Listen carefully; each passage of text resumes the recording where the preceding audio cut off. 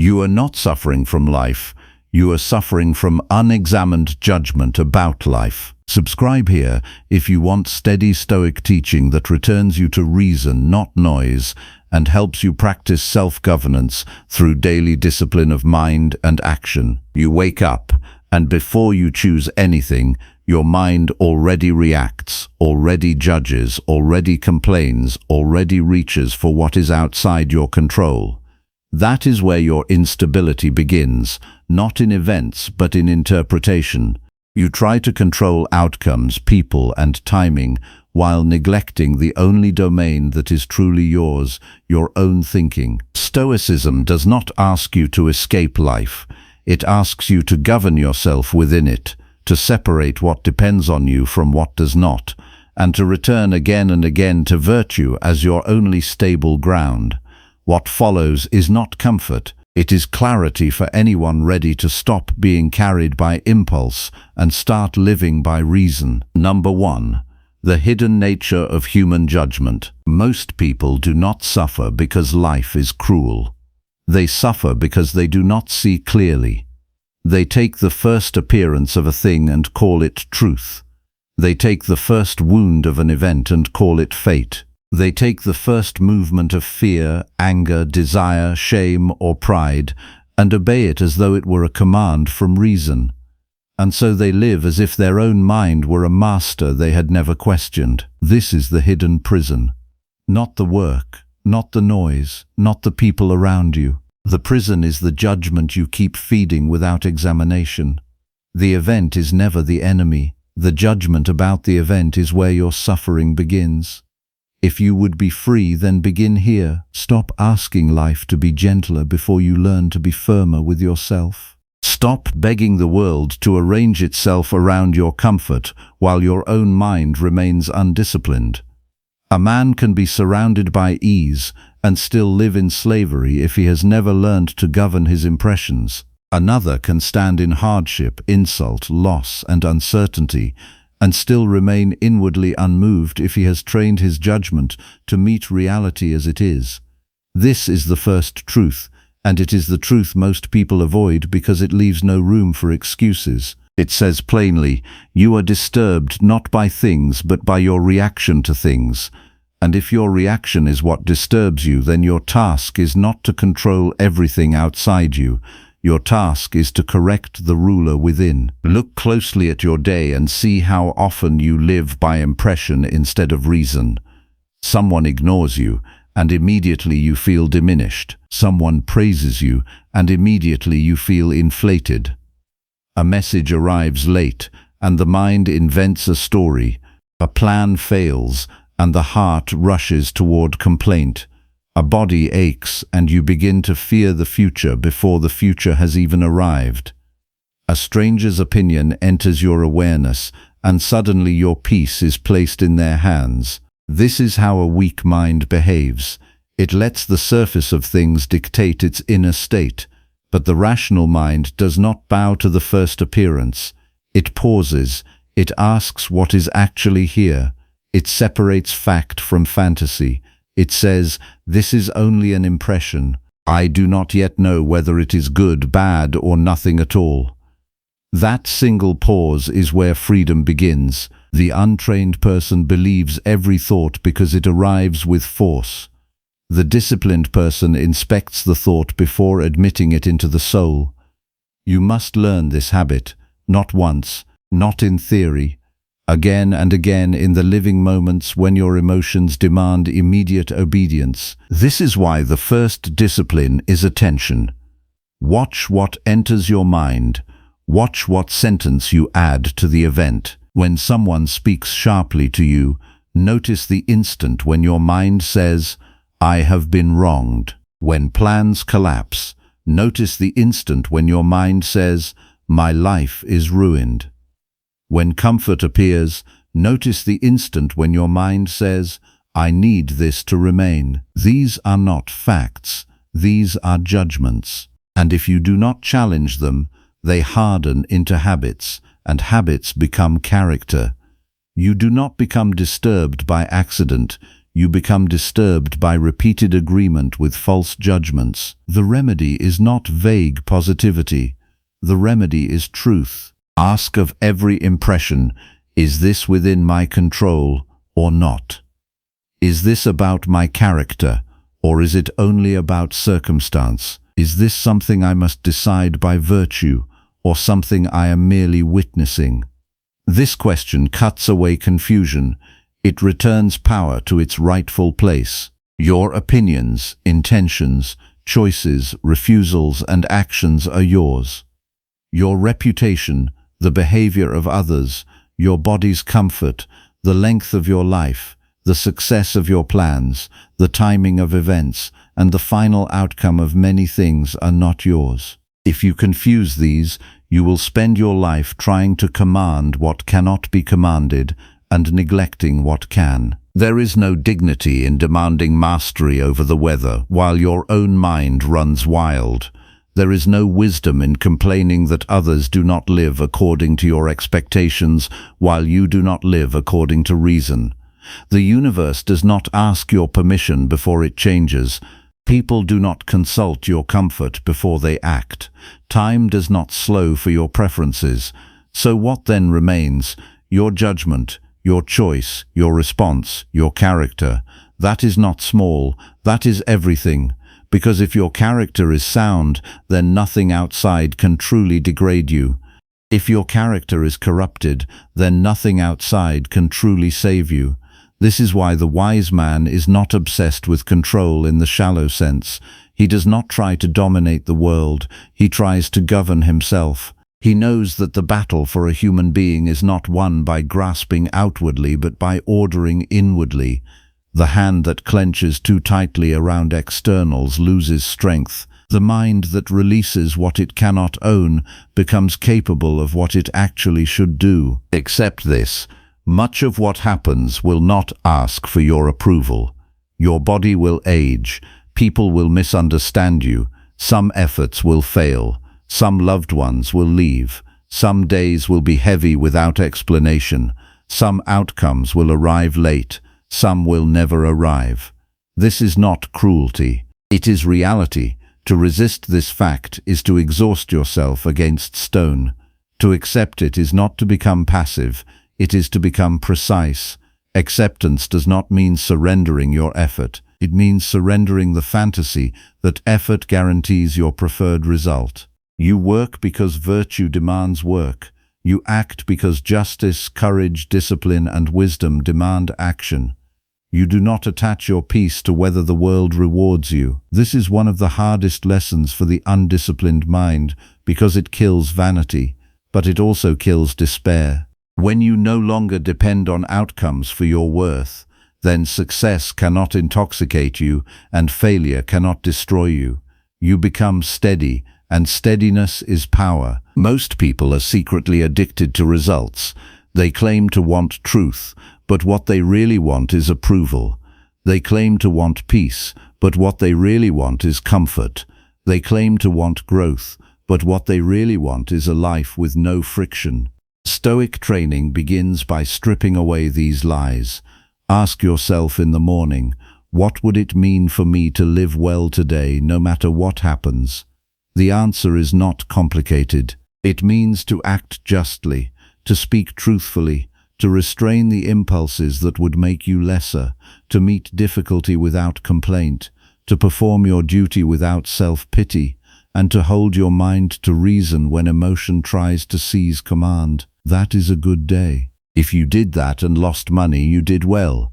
If you did that and were criticized, you did well. If you did that and remained unseen, you did well.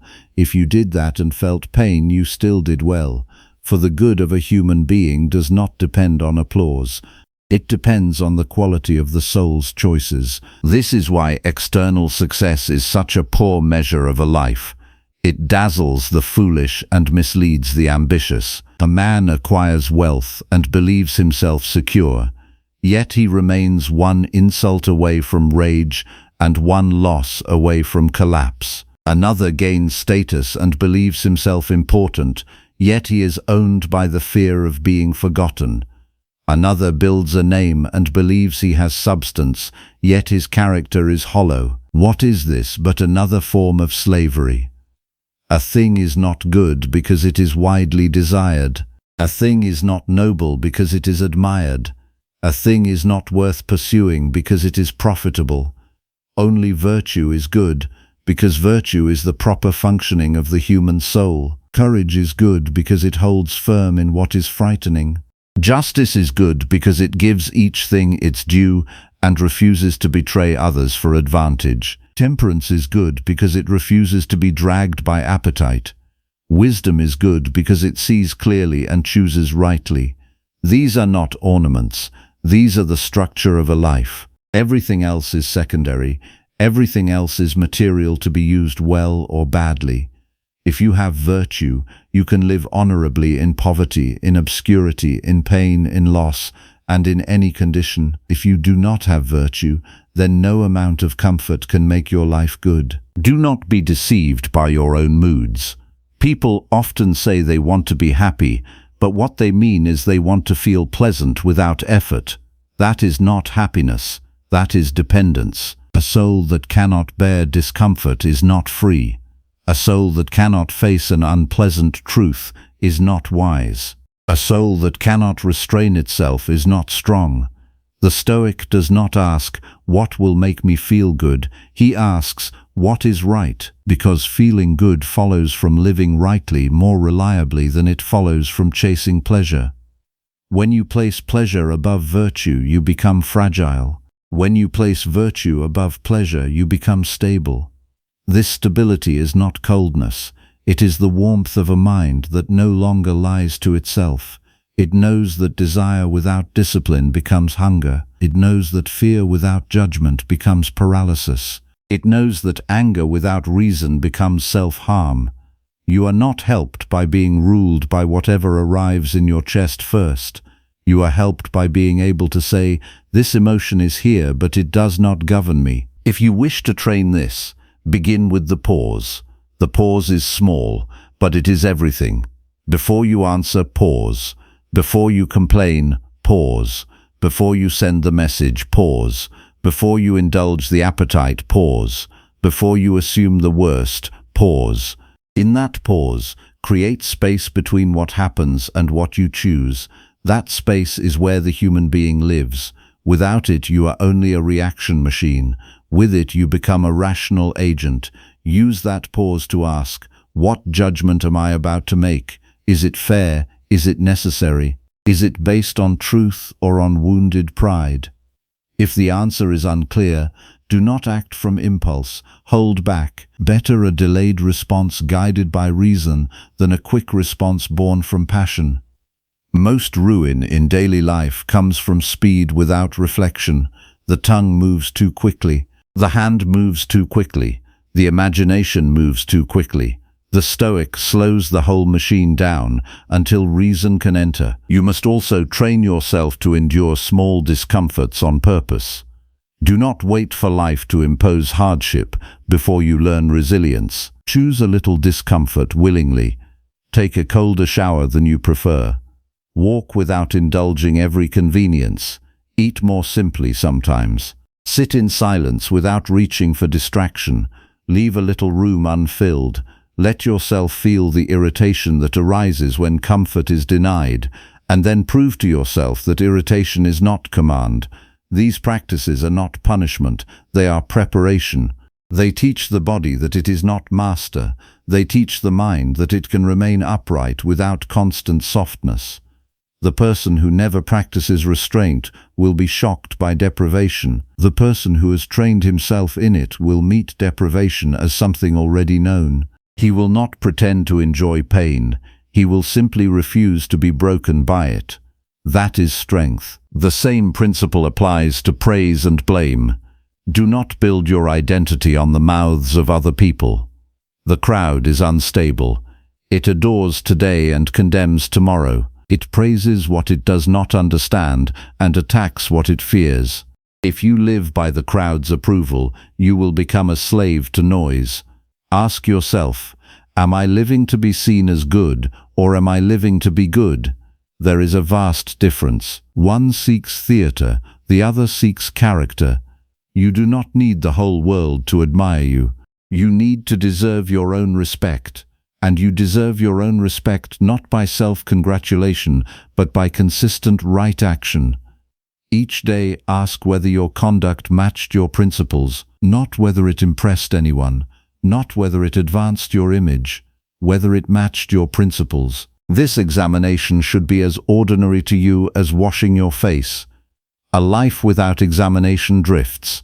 A life under inspection becomes deliberate. When your emotions rise, do not treat them as prophets. They are events in the soul, not judges of reality. Anger often claims it is defending justice while merely defending vanity. Fear often claims it is protecting you while merely preserving comfort. Desire often claims it is promising fulfillment while merely multiplying dependence. Shame often claims to be moral sensitivity while sometimes disguising self-absorption. Learn the difference. A strong mind does not suppress every feeling blindly, but neither does it surrender to them. It listens, then interrogates. It asks what belief is underneath the feeling. Very often the feeling is a sign that a false belief is active. You can be angry because you believe insult has power over your worth. You can be anxious because you believe uncertainty is unbearable. You can be despondent because you believe one failure defines your whole life. These beliefs must be corrected. Reason is the medicine, not indulgence. Tell yourself the truth. No insult can touch your character unless you let it. No uncertainty can defeat you unless you judge it as defeat. No failure can define you unless you make it your identity. The power of emotion shrinks when judgment is made clear. Time is another teacher the undisciplined mind resists. People live as if days were endless. They postpone what matters, as though they have a guarantee that tomorrow will be kinder, cleaner, or more obedient than today. But time does not negotiate. It removes what it gives. Every moment passes once. Every breath is borrowed.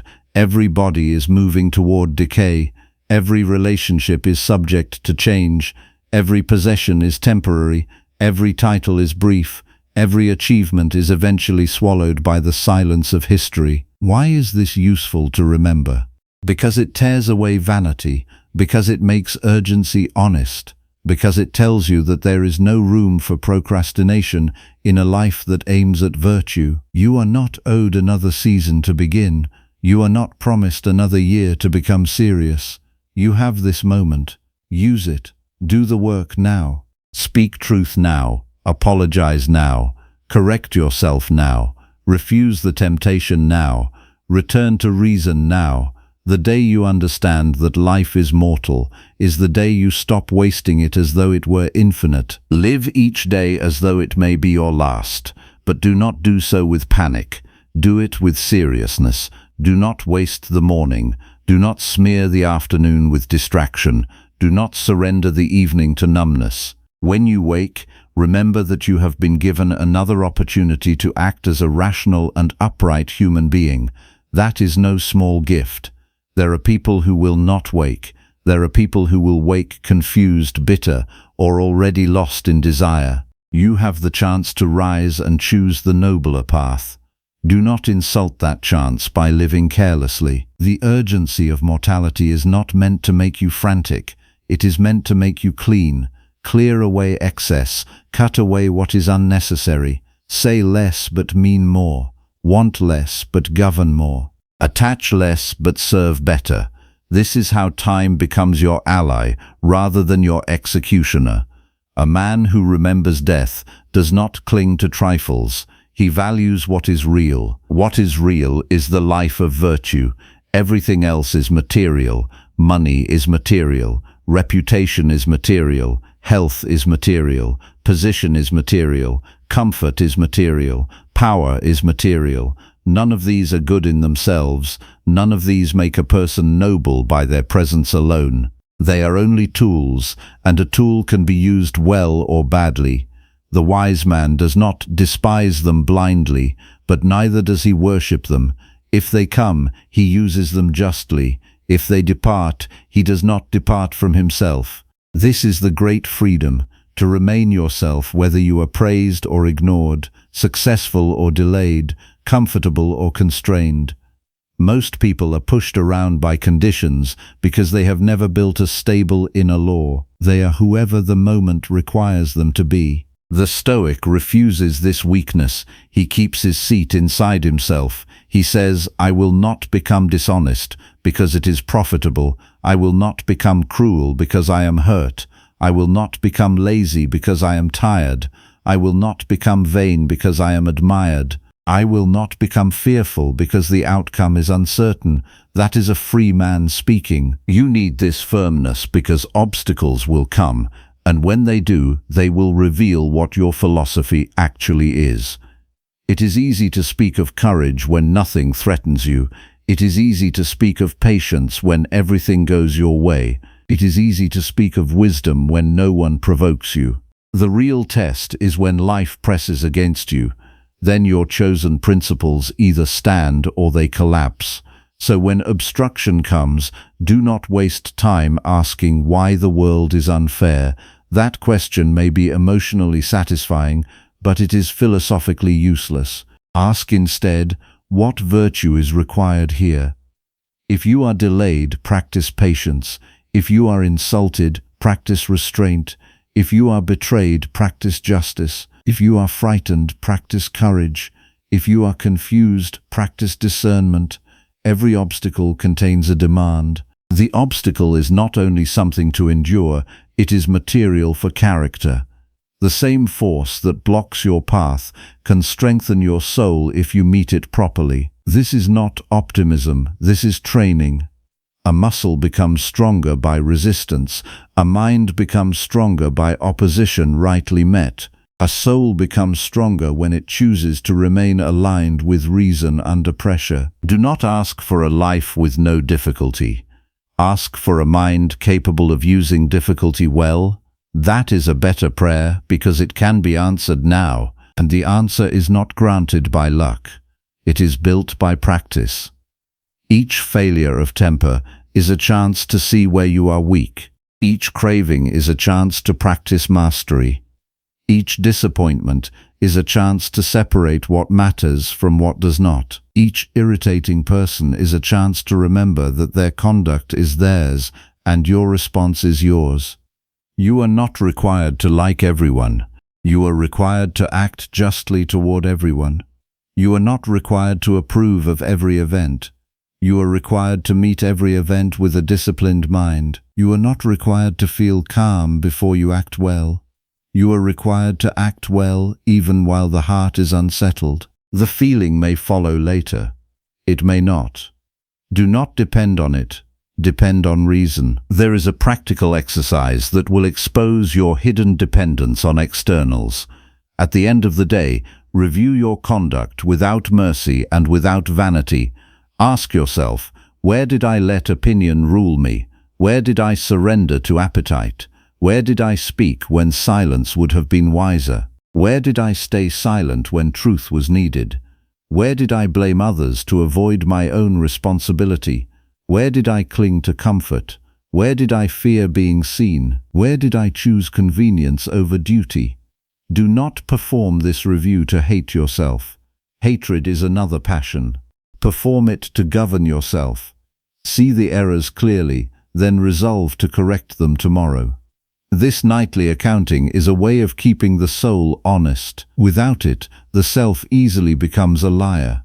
It tells itself stories of progress while repeating the same defects. But honesty cuts through the story. It says, here is where I was weak. Here is where I was just. Here is where I was careless. Here is what I will correct. Such review is not humiliation, it is medicine. Mourning also requires discipline. Before the world touches you, decide who you will be. Not in vague promises, but in specific terms. Say to yourself, today I will not be ruled by offense. Today I will not speak from agitation. Today I will not confuse convenience with good. Today I will remember that my opinions are my own responsibility. Today I will expect delay, irritation, misunderstanding, and imperfection without complaint. Today I will do my duty whether I am watched or unseen.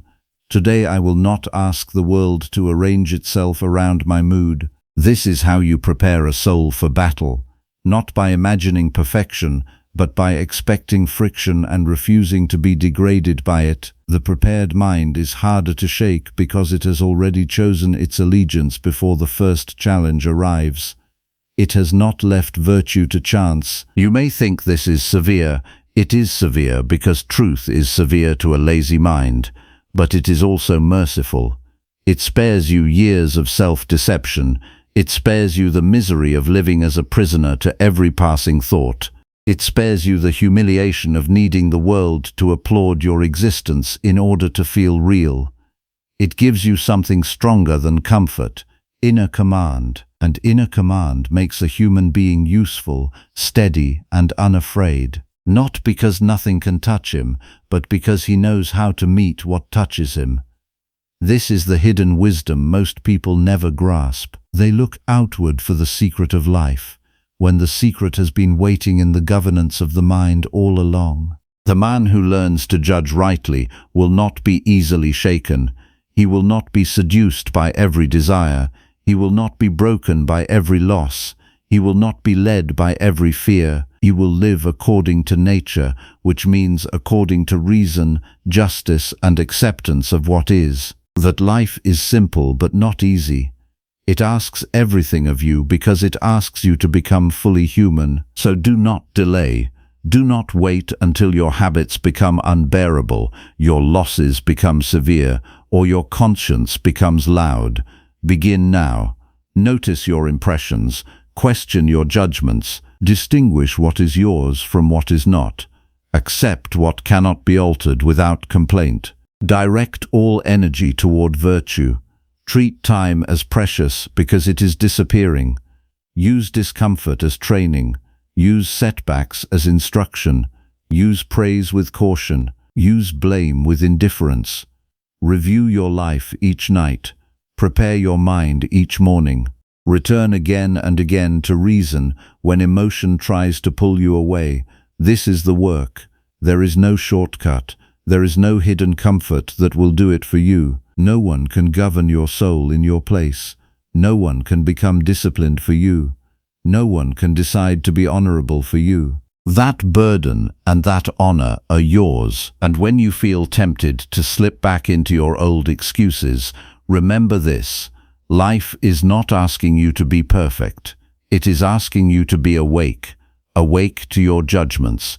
Awake to your duties. Awake to your mortality. Awake to the difference between what can be controlled and what cannot. Awake to the fact that virtue alone belongs to you completely. Awake to the truth that every moment spent in self-deception is a moment stolen from your character. Be done with that theft. Stand up inside yourself. Put your mind in order. Choose the harder good. End the habit of surrendering your peace to things that never belonged to you in the first place. Live in a way that can be defended before your own conscience. That is enough. That is all. And if you do this, then no matter how the world moves, you will not be moved from what is yours. Number 2. Why control begins within yourself. Control is one of the most misunderstood words in a human life.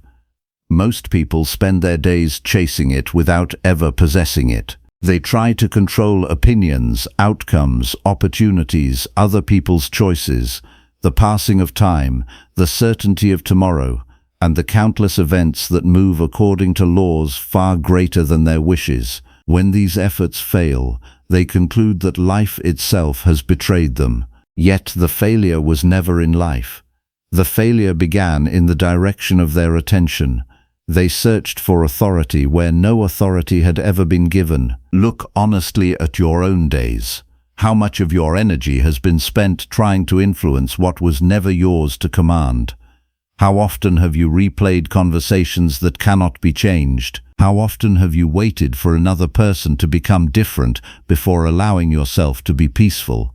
How often have you tied your confidence to success that has not yet arrived, or your happiness to circumstances that may never exist. This is not strength, it is dependence wearing the mask of ambition. It is the quiet surrender of your own judgment to forces beyond your reach. The disciplined life begins with a difficult admission. You have far less control over the world than your desires would like to believe, but you possess far greater authority over yourself than your habits have allowed you to discover. Most people reverse these truths. They neglect the kingdom that belongs to them while attempting to conquer territories that never will. Nothing outside your character can decide whether you act with justice. No unexpected event can force you to abandon honesty.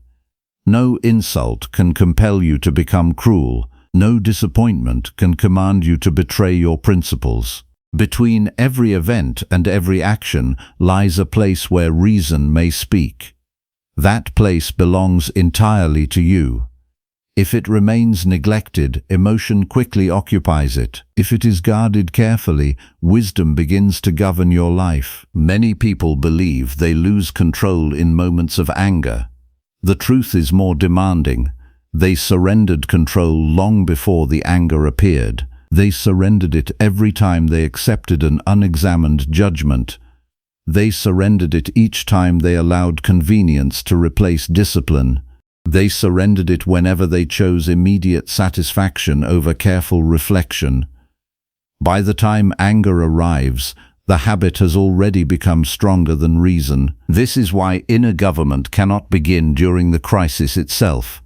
It must begin during ordinary moments that seem too small to matter. Every impatient reply strengthens impatience.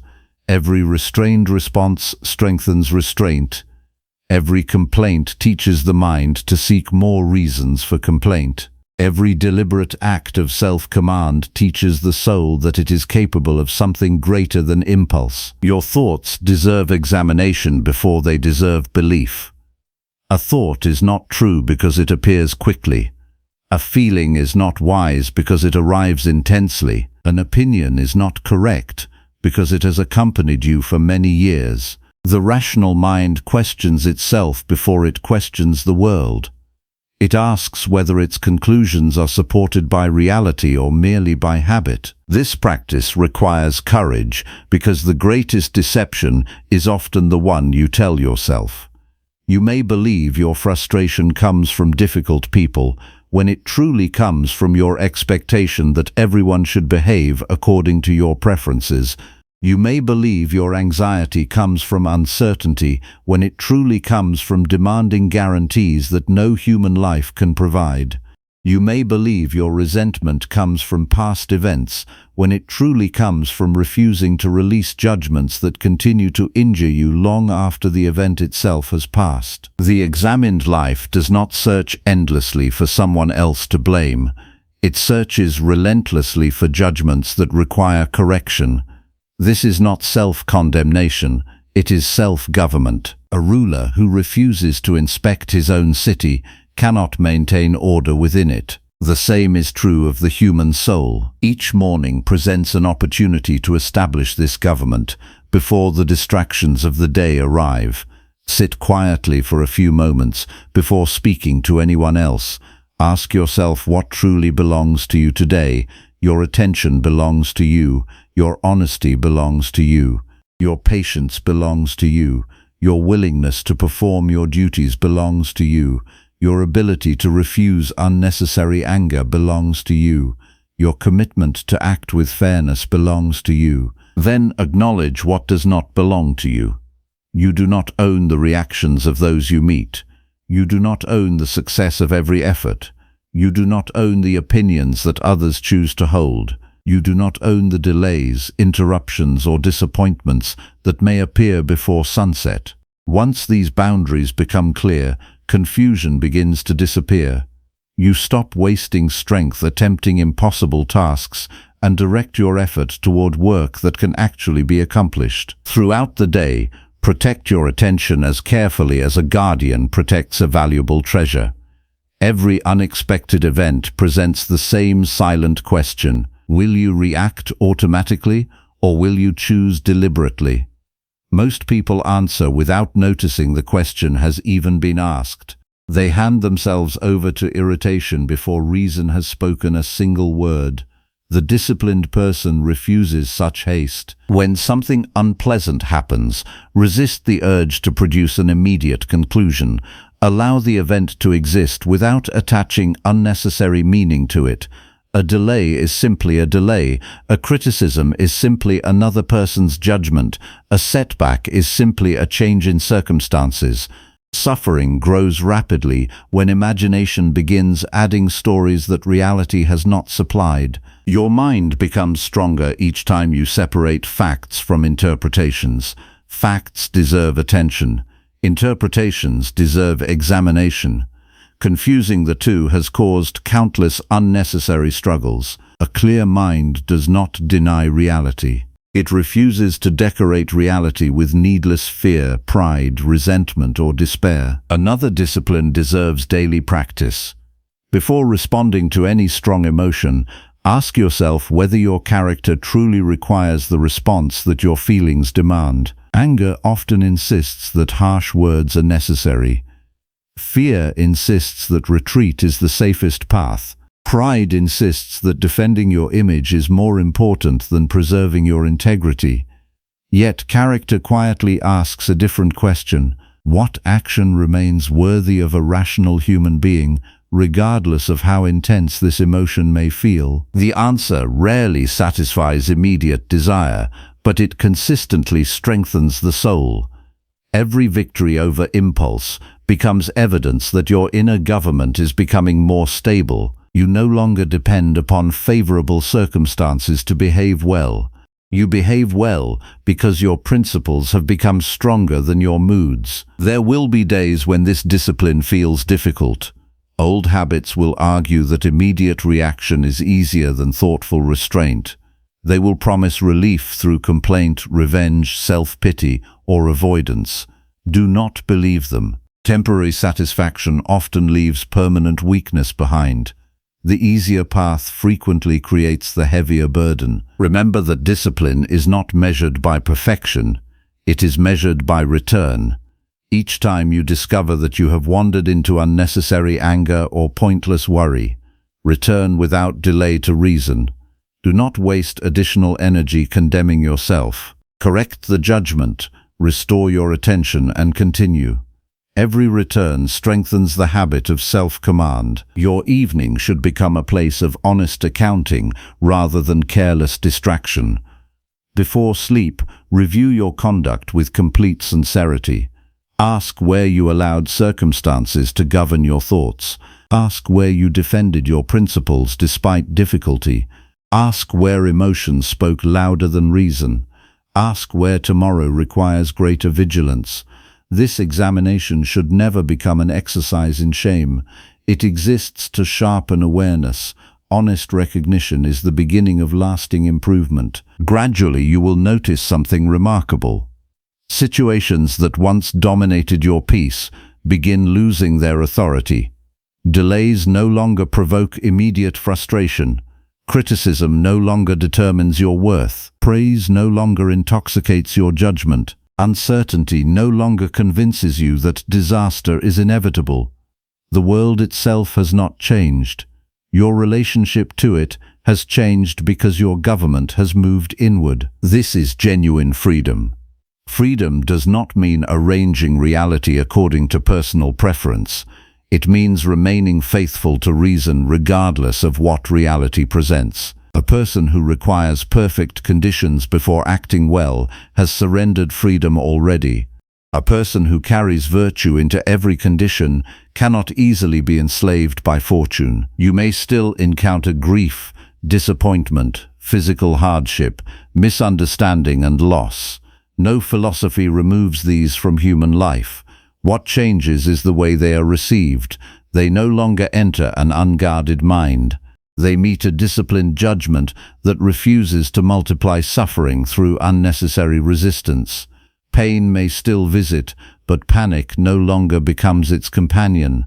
Difficulty may still arrive, but dignity remains untouched. The greatest victory is rarely visible to anyone else. It occurs quietly within the moment, when you choose restraint instead of resentment, patience instead of complaint, honesty instead of convenience, courage instead of avoidance, and reason instead of impulse. No audience applauds these victories, yet they are the victories upon which an honorable life is built. Never imagine that governing yourself is a smaller achievement than governing external success.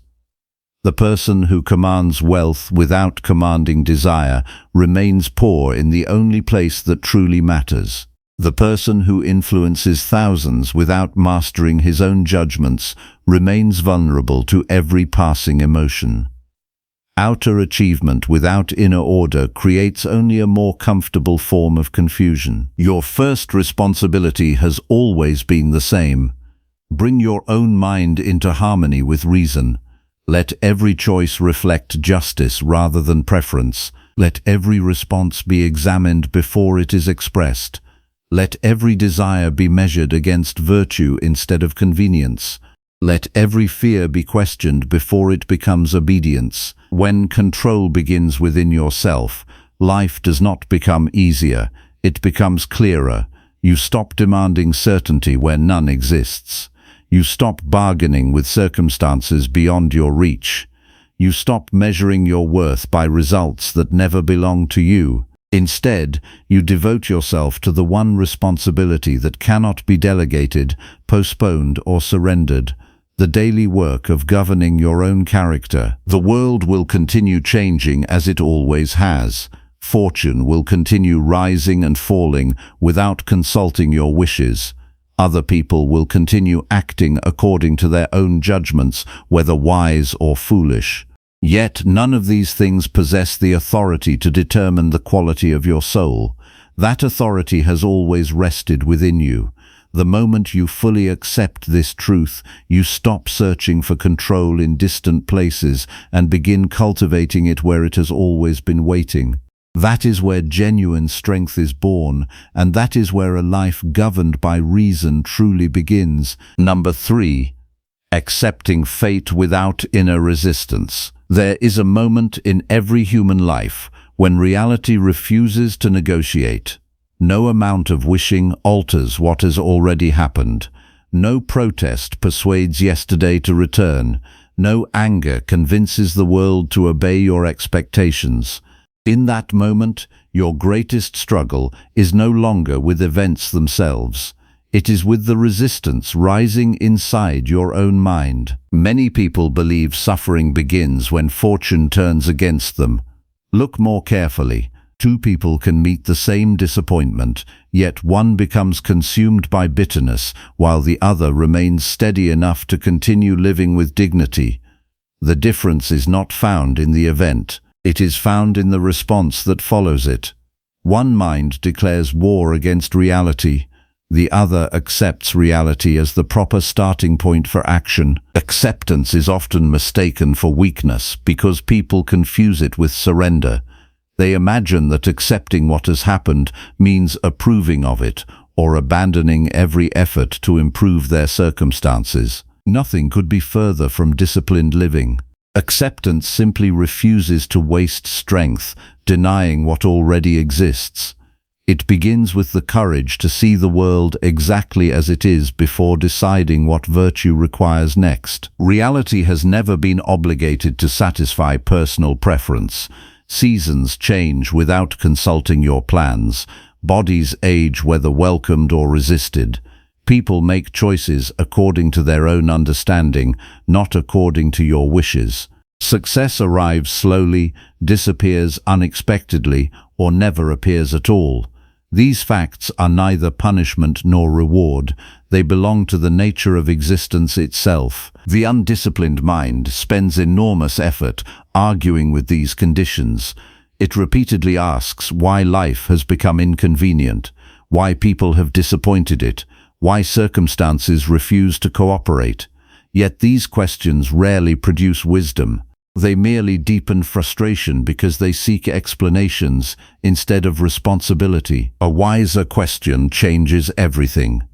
Instead of asking why this happened, Ask what kind of person this moment invites you to become. Every circumstance presents an opportunity to strengthen character or weaken it. Every disappointment tests whether your commitment to integrity depends upon favorable conditions. Every unexpected obstacle asks whether your principles remain stable when comfort disappears. Most people do not recognize how often they resist ordinary reality. They complain about delays as though time itself has insulted them. They resent criticism because they expect universal approval. They become impatient with uncertainty because they secretly demand guarantees that no human life has ever possessed. These reactions seem natural only because they have been repeated for so long. Observe your own thoughts during an ordinary inconvenience. Notice how quickly the mind creates unnecessary conflict. A simple interruption becomes evidence that the entire day is ruined. A single mistake becomes proof of personal failure. An unexpected change becomes a reason to abandon composure. None of these conclusions are contained within the event itself. They are created afterward by unchecked judgment. The disciplined person learns to interrupt this process before it gathers momentum. When disappointment appears, pause before assigning meaning. Allow the event to exist without immediately calling it unfair, disastrous, or unbearable. Facts require recognition. Emotional stories require examination. This discipline demands patience because the imagination prefers certainty over truth. It rushes to predict permanent defeat from temporary difficulty. It invents futures that have not arrived and then suffers as though those imagined futures were already real. Such habits slowly train the mind to fear possibilities more than realities. Return instead to what stands directly before you. Ask only what this present moment requires. Perhaps it asks for honesty. Perhaps it asks for endurance. Perhaps it asks for restraint instead of complaint. Perhaps it asks for steady work despite uncertainty. Whatever virtue the moment requires, that becomes your responsibility. Everything beyond that belongs to forces outside your authority. There is remarkable freedom in limiting your attention to the responsibilities that genuinely belong to you. The future loses much of its power to intimidate because you no longer attempt to solve tomorrow before living today.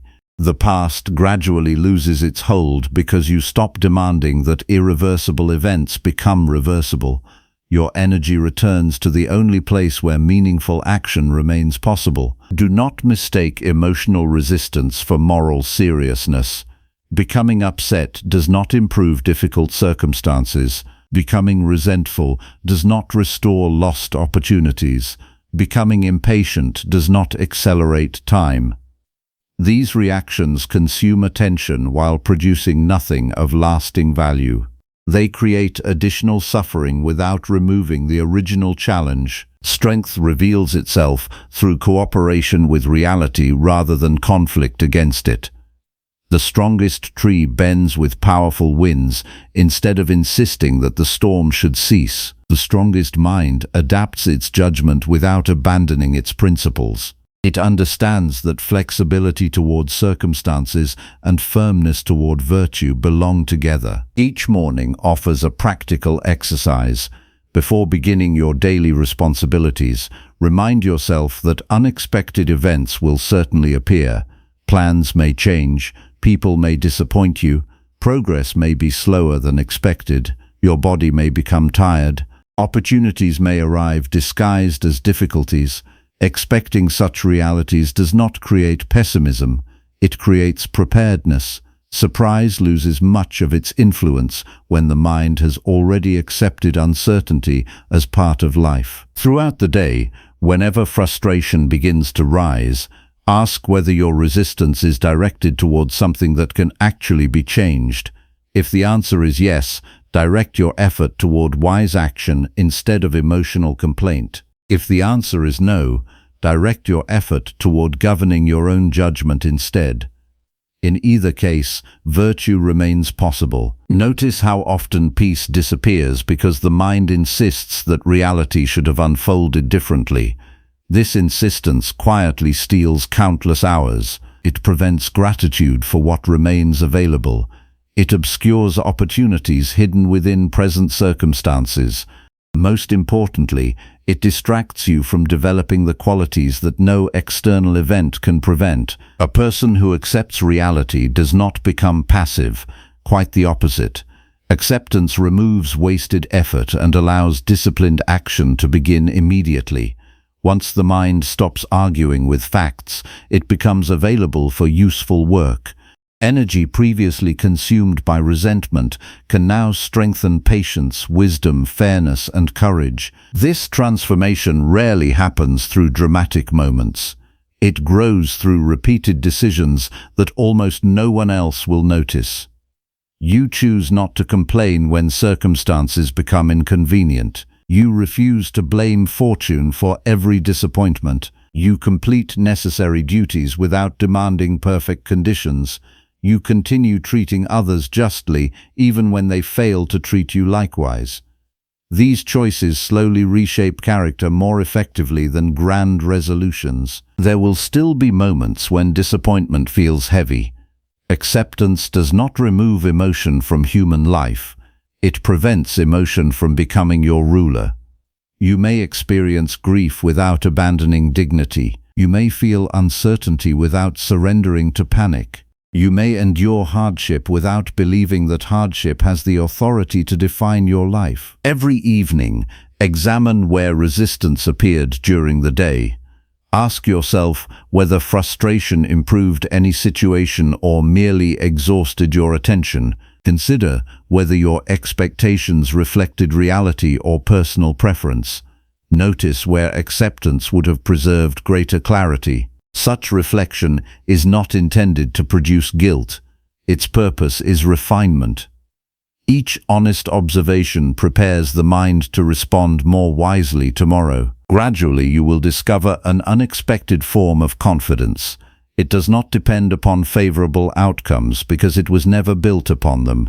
It rests upon the knowledge that regardless of what tomorrow brings, your commitment to reason and virtue remains available. Fortune may influence circumstances, but it cannot compel you to abandon integrity. This understanding changes your relationship with uncertainty. Instead of fearing every unknown possibility, you begin trusting your capacity to meet whatever arrives with disciplined judgment. Confidence no longer comes from predicting the future correctly. It comes from knowing that character can remain steady even when the future refuses to match expectation. Many spend their entire lives attempting to arrange the world according to personal desire. They discover too late that the world has always followed its own order. A wiser life begins by accepting this truth immediately. Once that acceptance takes root, struggle becomes purposeful instead of resentful.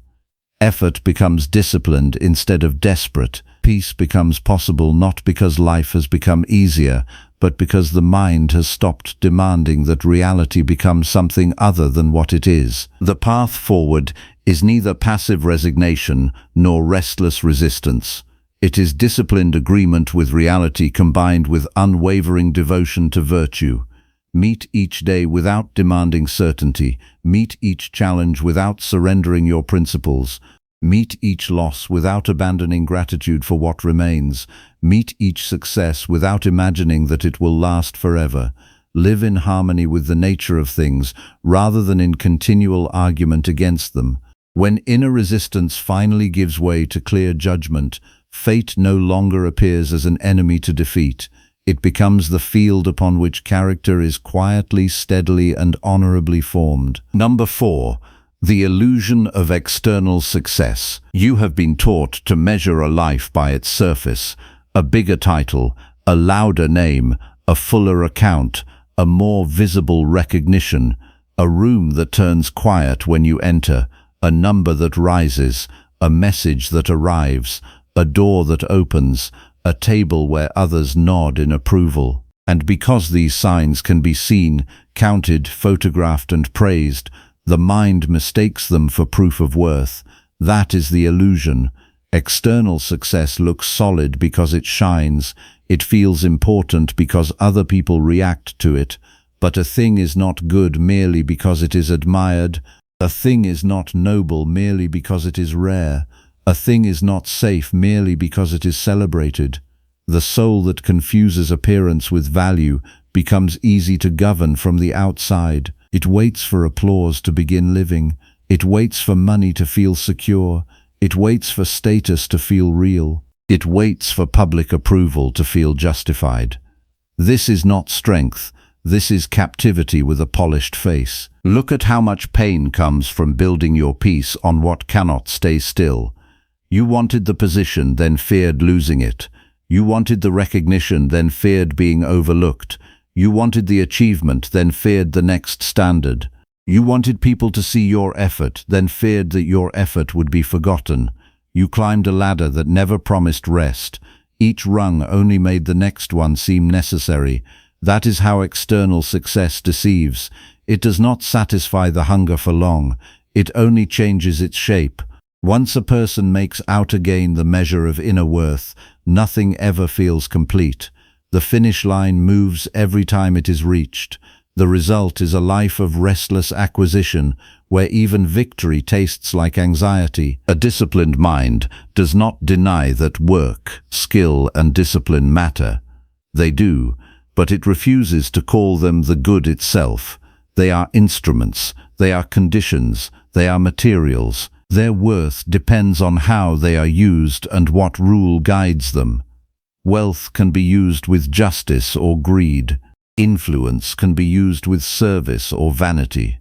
Achievement can be used with humility or arrogance. Visibility can be used with purpose or self-display. Without virtue, all of it becomes a more efficient form of disorder. With virtue, even modest means become enough. A person may be unknown, underpaid, uncelebrated, and still live excellently if his mind remains governed by reason and his actions remain faithful to duty. Another may possess every external marker of success and still be inwardly ruined by fear, envy, and dependence. One life is strong, the other is decorated. Do not let the visible fool you. A beautiful house can contain a sick soul. A thriving reputation can hide cowardice. A successful career can shelter a mind addicted to approval. A social circle can reward a person for pretending to be stronger than he is. External success often trains a person to perform instead of examine. It rewards the image before it rewards the character. That is why so many become strangers to themselves while appearing accomplished to others. They spend years perfecting the appearance of order while neglecting the order that matters most. The inner house is left in darkness while the outer door is painted gold. So ask yourself what exactly you admire. Do you admire the thing itself, or do you admire how it makes you appear? Do you want the achievement because it allows you to serve well, or because it protects you from feeling insignificant? Do you want more money because it gives you freedom to act justly, or because you are ashamed of being ordinary? Do you want recognition because your work deserves to be known, or because you cannot bear the thought of being unseen? These questions are uncomfortable because they strip away ornament and reveal motive. But motive is where character lives. The act may look noble, the motive may be weak. The act may appear successful, the motive may be rotten. An examined life does not accept such confusion. It asks whether the desire itself is clean. The morning is the best place to begin the correction.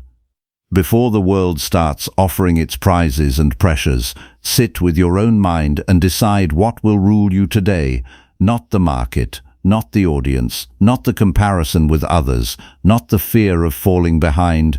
Decide that your worth will not be handed to you by circumstances. Decide that you will use externals, not worship them. Decide that you will work with seriousness, but never bow to results as though they were gods. Decide that success, if it comes, will be carried with restraint. Decide that lack, if it comes, will not make you dishonest. This is how a day begins, under reason instead of vanity. Then separate what is yours from what is not. Yours is the choice to act well.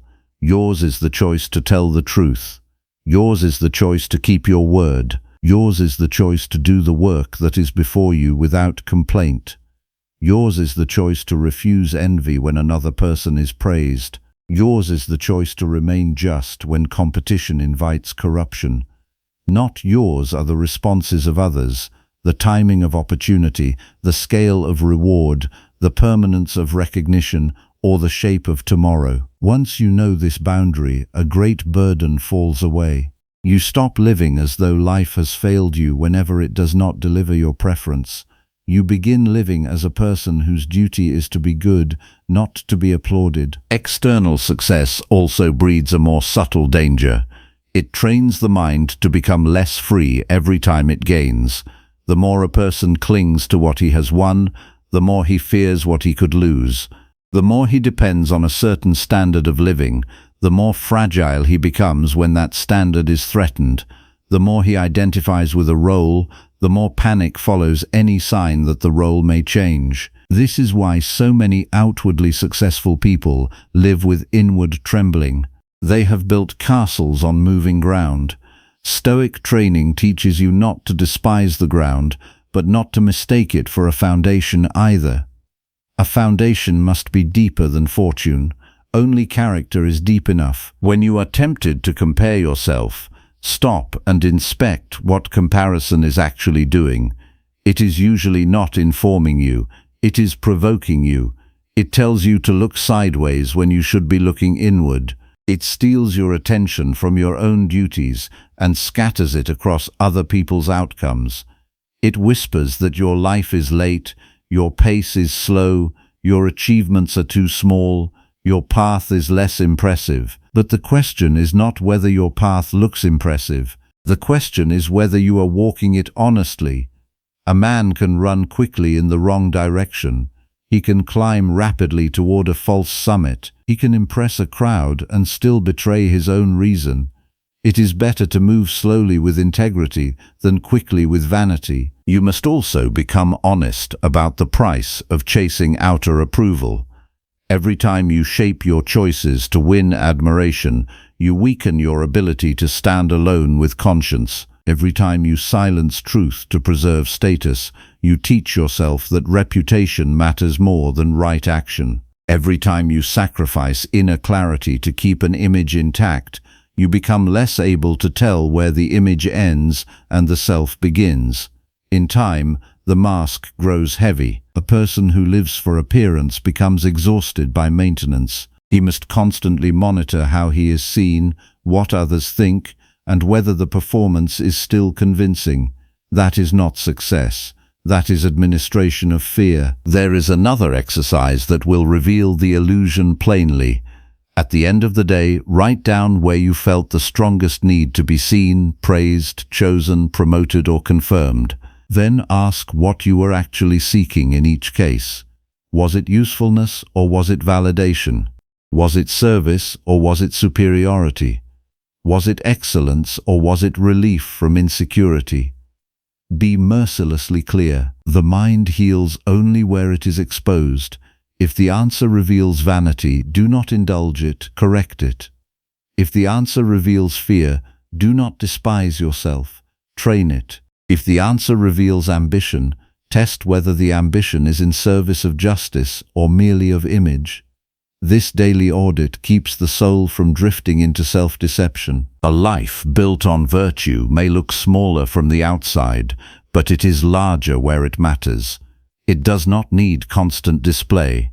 It does not depend on public evidence to know it is sound. It can labor in obscurity, wait without bitterness, lose without collapse, and succeed without intoxication. It can hold power lightly because power is not the source of its worth. It can endure delay because delay does not touch its core.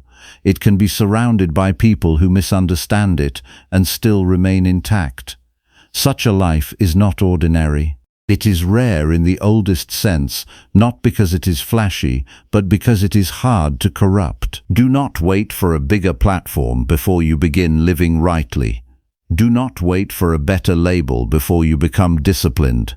Do not wait for your name to be known before you become honorable. The need to be seen is often the chain that keeps a person from being free.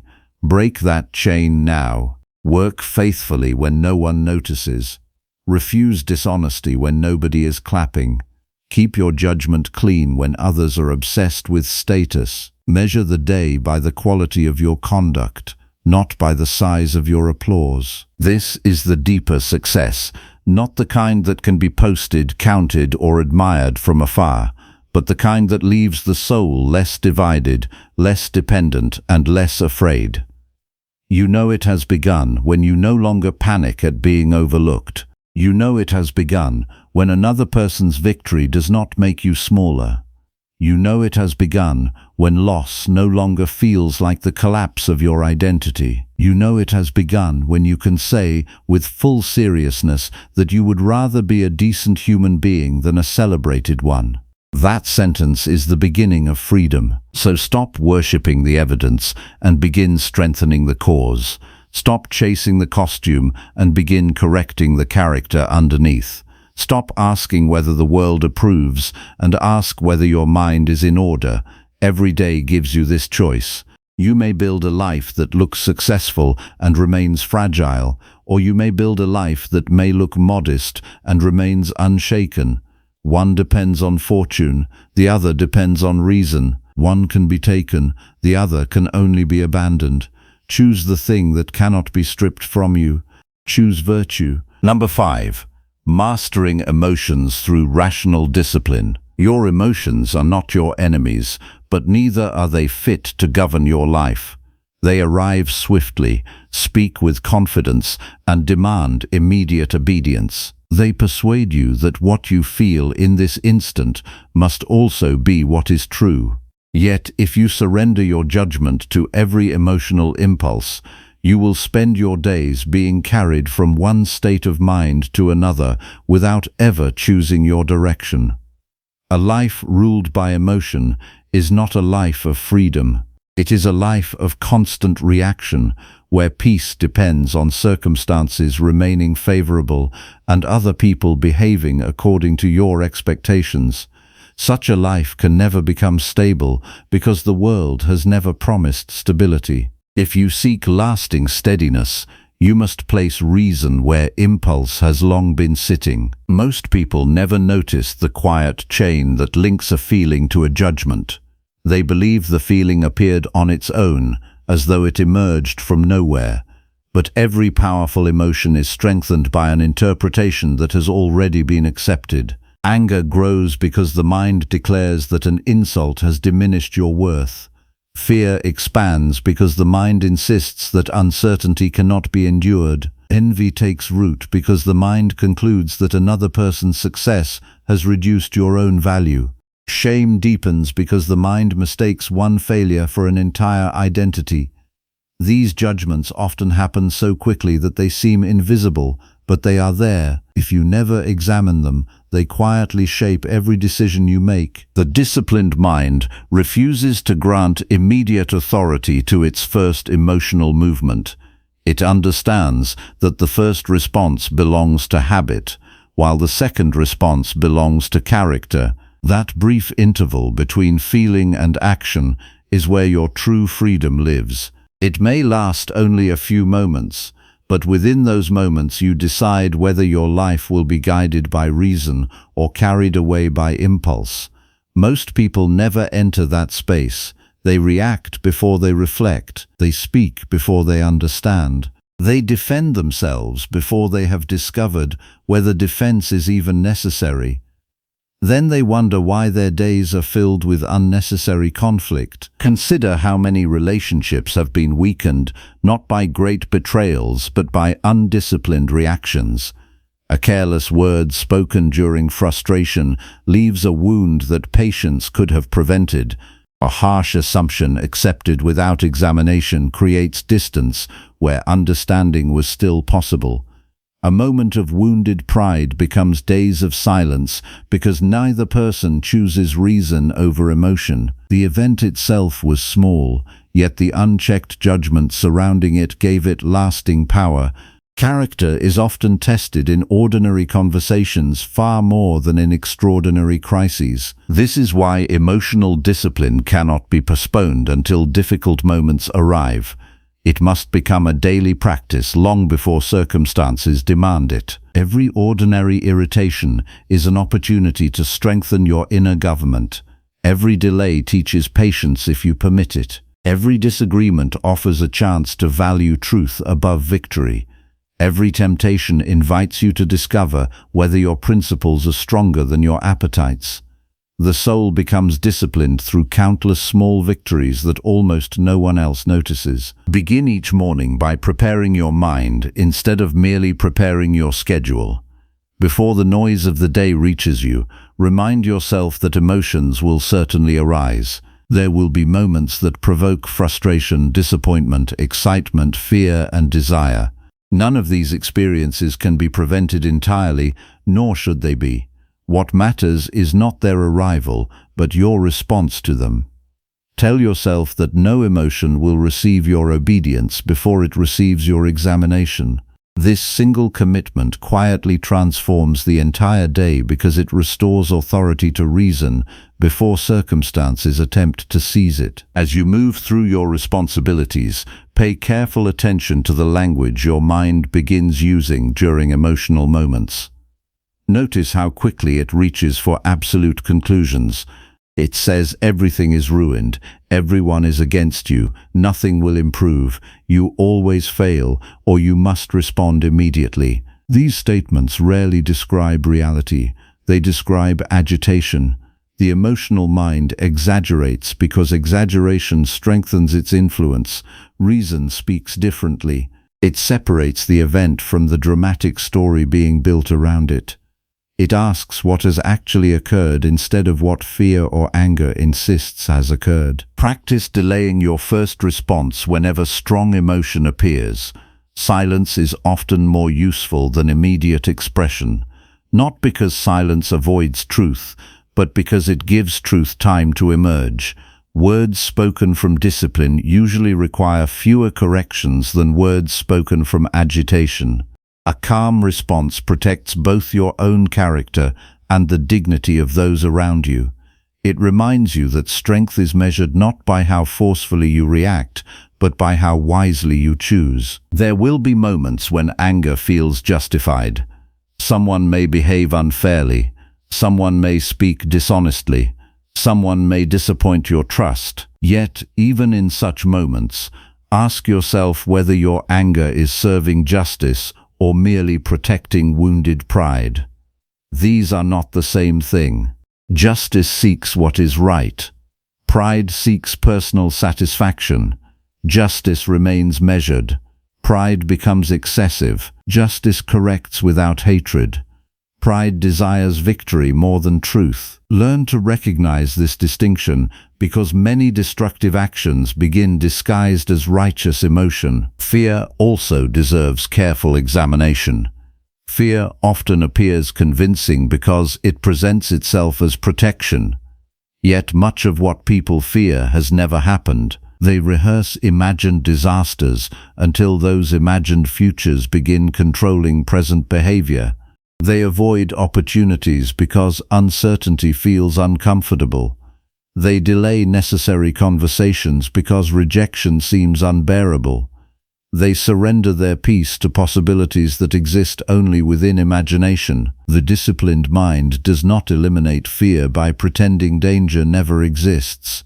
It reduces fear by refusing to obey predictions that have not become reality. Whenever anxiety begins pulling your attention toward an uncertain future, gently return your focus to the duty immediately before you. Ask yourself what action reason requires in this present moment. Perhaps it requires careful preparation. Perhaps it requires honest effort. Perhaps it requires patience while events unfold beyond your influence. Whatever the answer, complete that responsibility without demanding certainty about everything that follows. The future becomes less intimidating when you stop trying to possess knowledge that no person has been given. Desire can be equally deceptive because it rarely announces itself as slavery. It introduces itself as necessity. It tells you that peace will arrive after one more achievement, one more possession, one more victory, one more comfort, one more recognition. Yet, every desire accepted without examination teaches the soul that contentment depends upon acquisition rather than character. Soon enough, satisfaction becomes impossible because each fulfilled desire simply creates another. The disciplined life interrupts this endless cycle by asking whether the object of desire actually improves the quality of your character or merely stimulates another appetite. Practice willingly refusing small pleasures from time to time, not because comfort is evil, but because dependence upon comfort weakens freedom. Eat more simply when luxury is available. Leave unnecessary indulgence behind occasionally. Choose the more demanding path when convenience is tempting. These voluntary acts of restraint remind the mind that it remains capable of choosing principle over preference. They strengthen confidence that you can remain composed even when circumstances become less favorable. Another valuable exercise is to observe your emotional patterns without immediately identifying with them. Instead of saying, "I am angry," notice that anger is present. Instead of declaring, "I am afraid," recognize that fear has appeared. This small change in perspective creates distance between your identity and your emotional experience. You begin to understand that your character is not identical with your passing feelings. Emotions visit, character remains. This understanding makes discipline possible because you no longer mistake temporary states for permanent truths. Pay particular attention to resentment because it quietly consumes years of human life. Resentment convinces you that repeatedly revisiting past injuries somehow protects justice. In reality, it often keeps the original wound alive long after the event has ended. The person who harmed you may have moved on, while your own mind continues carrying the burden each day. Releasing resentment does not declare that wrongdoing was acceptable. It simply refuses to allow another person's actions to continue governing your inner life indefinitely. Throughout the evening, conduct a sincere examination of your emotional responses. Recall the moments when strong feelings appeared. Ask which judgments strengthened them. Consider whether those judgments reflected reality or merely habit. Notice where patience could have replaced irritation, where courage could have replaced avoidance, where moderation could have replaced excess. This practice is not an opportunity to condemn yourself. It is an opportunity to become more accurate. The soul grows through honest correction, not through harsh self-accusation. Gradually you will discover that emotional mastery is not the absence of feeling, but the presence of wise leadership. Joy becomes quieter and more grateful because it no longer depends upon constant excitement. Sadness becomes more bearable because it is not multiplied by unnecessary resistance. Anger loses its destructive force because reason refuses to let it become cruelty. Fear becomes smaller because uncertainty no longer appears unbearable. Desire becomes measured because character has become more valuable than possession. Others may continue behaving unpredictably. Circumstances will continue changing without warning. Fortune will continue offering gains and losses according to its own course.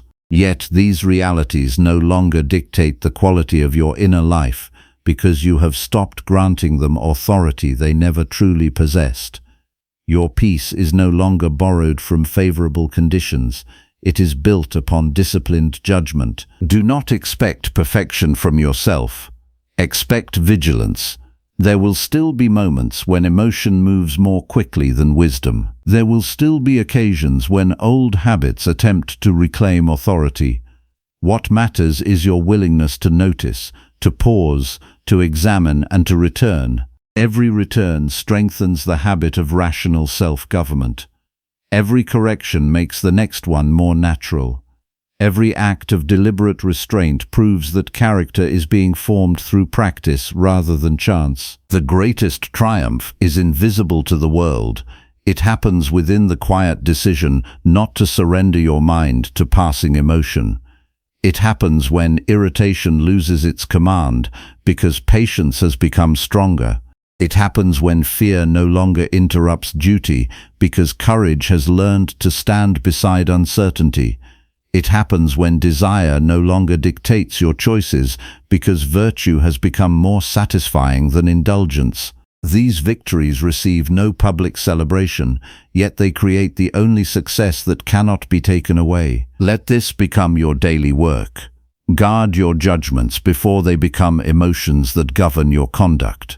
Welcome every feeling as information, but never as your master. Train your reason with the same consistency that others devote to pursuing comfort or approval. Measure each day not by whether difficult emotions appeared, but by whether your character remained faithful to wisdom while they were present.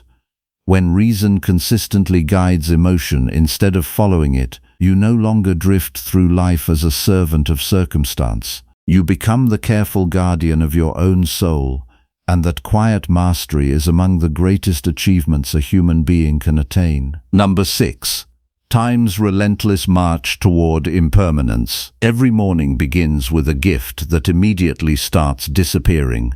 Before you have spoken a word, answered a message, or taken your first step into the day, a portion of your life has already been exchanged for time that will never return. This happens so quietly that most people fail to notice it. They imagine life is something waiting for them in the future, while life itself is steadily becoming the past. They prepare endlessly to begin living, yet the days reserved for preparation become the very days they were meant to inhabit. The greatest loss is rarely dramatic. It is the unnoticed habit of assuming there will always be another opportunity to become the person you already know you ought to be. The mind resists this truth because permanence is comforting. It wants to believe that youth will remain, that health will endure, that relationships will always be available, that unfinished conversations can be delayed without consequence, and that neglected duties may be addressed tomorrow. But reality does not pause while you hesitate. Time does not argue with your intentions. It simply continues its steady movement, carrying every moment beyond your reach. What has passed belongs no longer to action but only to memory. What has not yet arrived belongs not to certainty but to possibility. Only this present moment offers you the power to choose. Many people fear the passing of time, yet they cooperate with its waste every day. They surrender entire hours to distraction without resistance. They postpone difficult conversations because comfort feels easier. They delay necessary discipline because immediate pleasure appears harmless. They promise themselves that serious self-examination can wait until circumstances become more favorable. Yet favorable circumstances rarely arrive on their own. Character is not built by waiting for the perfect season. It is built by acting rightly within the season already given. Notice how often you speak as though time belongs to you. You say you will begin tomorrow. You say there will be another chance. You say you are still young enough, or still busy enough, or still waiting for the right moment. These words seem harmless because they offer hope without demanding action, but they quietly teach the mind to treat life as an unlimited resource. Nothing could be more misleading. Every postponed act of virtue becomes an opportunity that may never return in the same form. The disciplined person does not become anxious about time. Anxiety accomplishes nothing. Instead, awareness transforms the way each hour is received. Every moment becomes valuable not because it can be controlled forever, but because it cannot. The recognition of impermanence does not diminish life. It gives life its proper weight. You begin to understand that ordinary moments deserve extraordinary attention precisely because they are passing away while you experience them. Consider how much energy is consumed by dwelling upon what no longer exists. Regret revisits yesterday as though repeated thought could alter completed events. Nostalgia clings to former seasons while neglecting present responsibilities. Resentment keeps old injuries alive through constant rehearsal. These habits create the illusion that your attention still belongs to the past, yet the past no longer requires your judgment, it requires your understanding. There is wisdom to be gained from what has happened, but there is no virtue in remaining imprisoned there. The future creates a different temptation. Instead of clinging to what has ended, the mind becomes absorbed by what has not yet appeared. It rehearses success before success arrives. It fears failure before failure exists. It builds elaborate plans around events that may unfold differently than expected. In doing so, it gradually abandons the only place where meaningful action remains possible. Tomorrow cannot receive your discipline today. Only the present can. This is why attention becomes one of your greatest responsibilities. Wherever your attention settles, your life quietly follows. If your thoughts remain scattered across distant possibilities or irreversible memories, the present hour slips away unnoticed. But if your attention returns repeatedly to what reason asks of you now, each day begins to accumulate genuine value.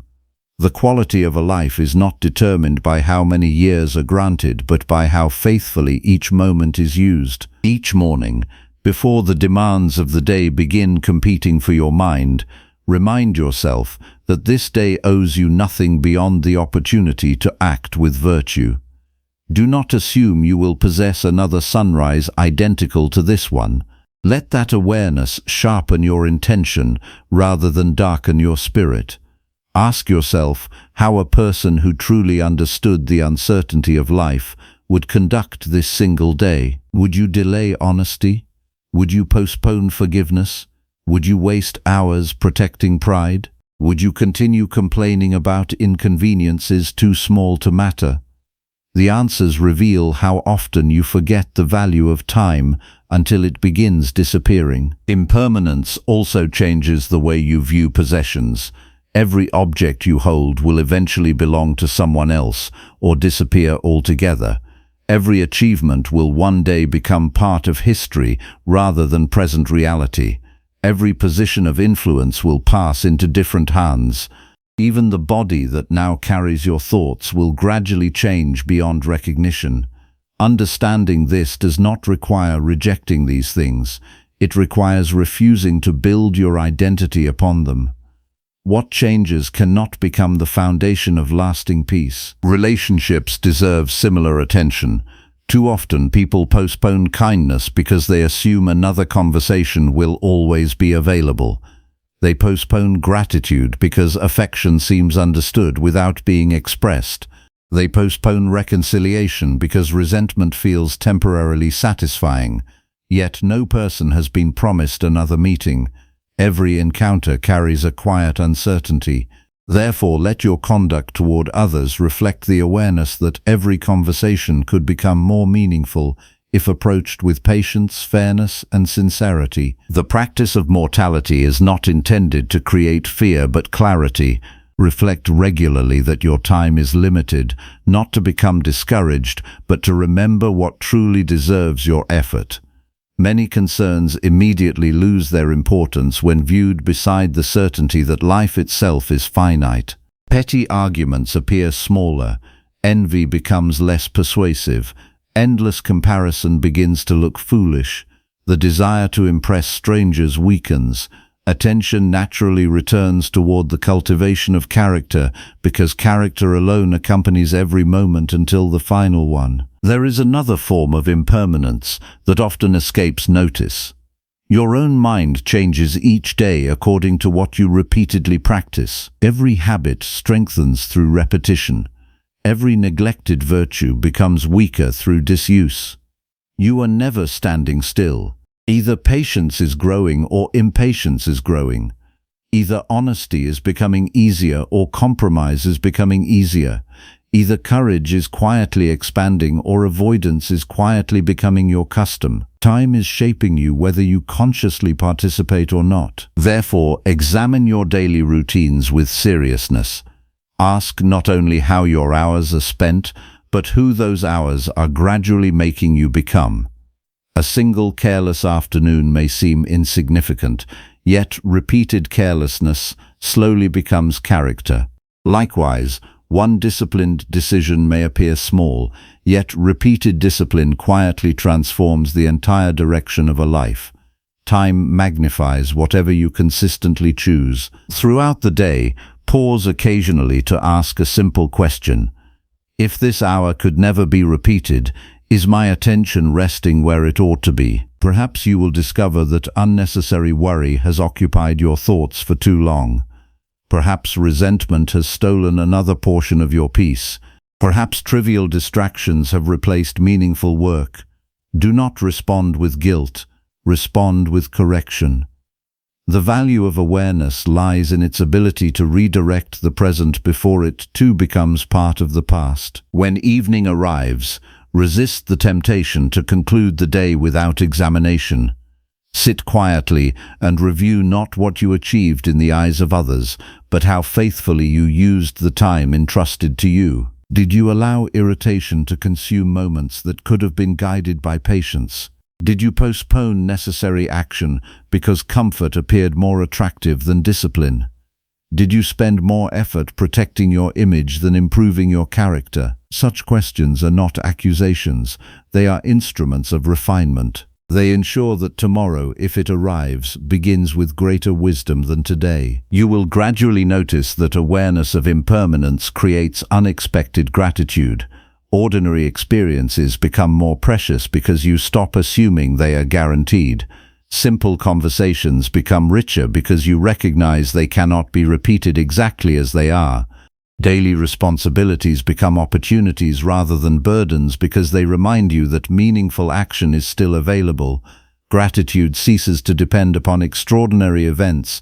It grows naturally from recognizing the rarity of each passing moment. Do not imagine that a meaningful life requires extraordinary accomplishments. Time measures no person's worth according to public recognition. A quiet act of justice performed today carries greater value than magnificent intentions endlessly postponed. A sincere apology offered now outweighs years of silent regret. Honest labor completed faithfully surpasses ambitious dreams never translated into action. The present moment consistently rewards those who choose virtue over delay. There will always be reasons to postpone becoming the person you know you should become. Fatigue will suggest waiting. Comfort will suggest waiting. Fear will suggest waiting. Pride will suggest waiting until success feels more certain. But time accepts none of these excuses. It continues its movement regardless of your readiness. Therefore, your responsibility is not to predict how much time remains. Your responsibility is to honor the time that is unquestionably here. A well-governed life does not count its days merely to measure their number. It weighs them according to their integrity. It asks whether each sunrise found the mind more attentive to reason, whether each challenge strengthened rather than weakened character, whether each evening concluded with greater honesty than the one before. Such a life cannot prevent impermanence, but it refuses to waste it. One day your opportunities to choose will come to an end. Before that day arrives, countless smaller endings will prepare you for the final one. Each sunset closes another chapter that cannot be reopened. Each passing season quietly reminds you that change is not an interruption of life, but one of its constant companions. Receive these reminders not with sadness, but with resolve. Let them strip away every excuse that has delayed your commitment to virtue. Do not leave the work of self-government for another season that exists only in imagination. Begin while your words can still become truthful, while your hands can still perform just actions, while your mind can still correct mistaken judgments, while this present hour remains alive before you. Time is moving whether you acknowledge it or not. Let it find you engaged in the one labor that never loses its worth, shaping a character that remains honorable through every passing season. Number 7. Virtue above pleasure, wealth, and praise. Most people do not choose what is good. They choose what feels good, what looks good, what is applauded, what is rewarded, what makes the day easier, what keeps them comfortable, what preserves their image, what flatters their appetite. Then they call that a life. But a life built on pleasure, wealth, and praise is built on things that move, and everything that moves can be lost. Pleasure changes with the body, wealth changes with fortune, praise changes with the crowd. None of these can be trusted as the measure of a human being, because none of them belong to the soul in the way character does. A person may possess all of them and still be empty. Another may be without them and still be sound. The difference is not in what surrounds the person.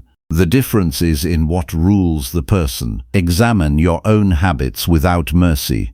How many of your choices have been made to avoid discomfort rather than to honor what is right? How often have you delayed a difficult duty because ease was more tempting in that moment? How often have you accepted the approval of others as proof that you were good, when in truth you were only being agreeable? How often have you reached for what would satisfy the body, soothe the mood, or elevate the image, while neglecting the harder work of becoming just, disciplined, and truthful? This is where people betray themselves, not in one dramatic collapse, but in repeated small surrenders. Each surrender teaches the soul to kneel before things beneath it. Pleasure is not evil in itself. Wealth is not evil in itself. Praise is not evil in itself, but none of them are good in themselves either. They are materials, and a material can be used well or badly. Pleasure can be used with restraint, or it can become a chain. Wealth can be used with justice, or it can become a corruption. Praise can be received without pride, or it can become a poison. The error begins when the mind assigns to these things a dignity they do not possess. Once that happens, the soul becomes dependent upon them. It starts to tremble when they are absent and to swell when they appear.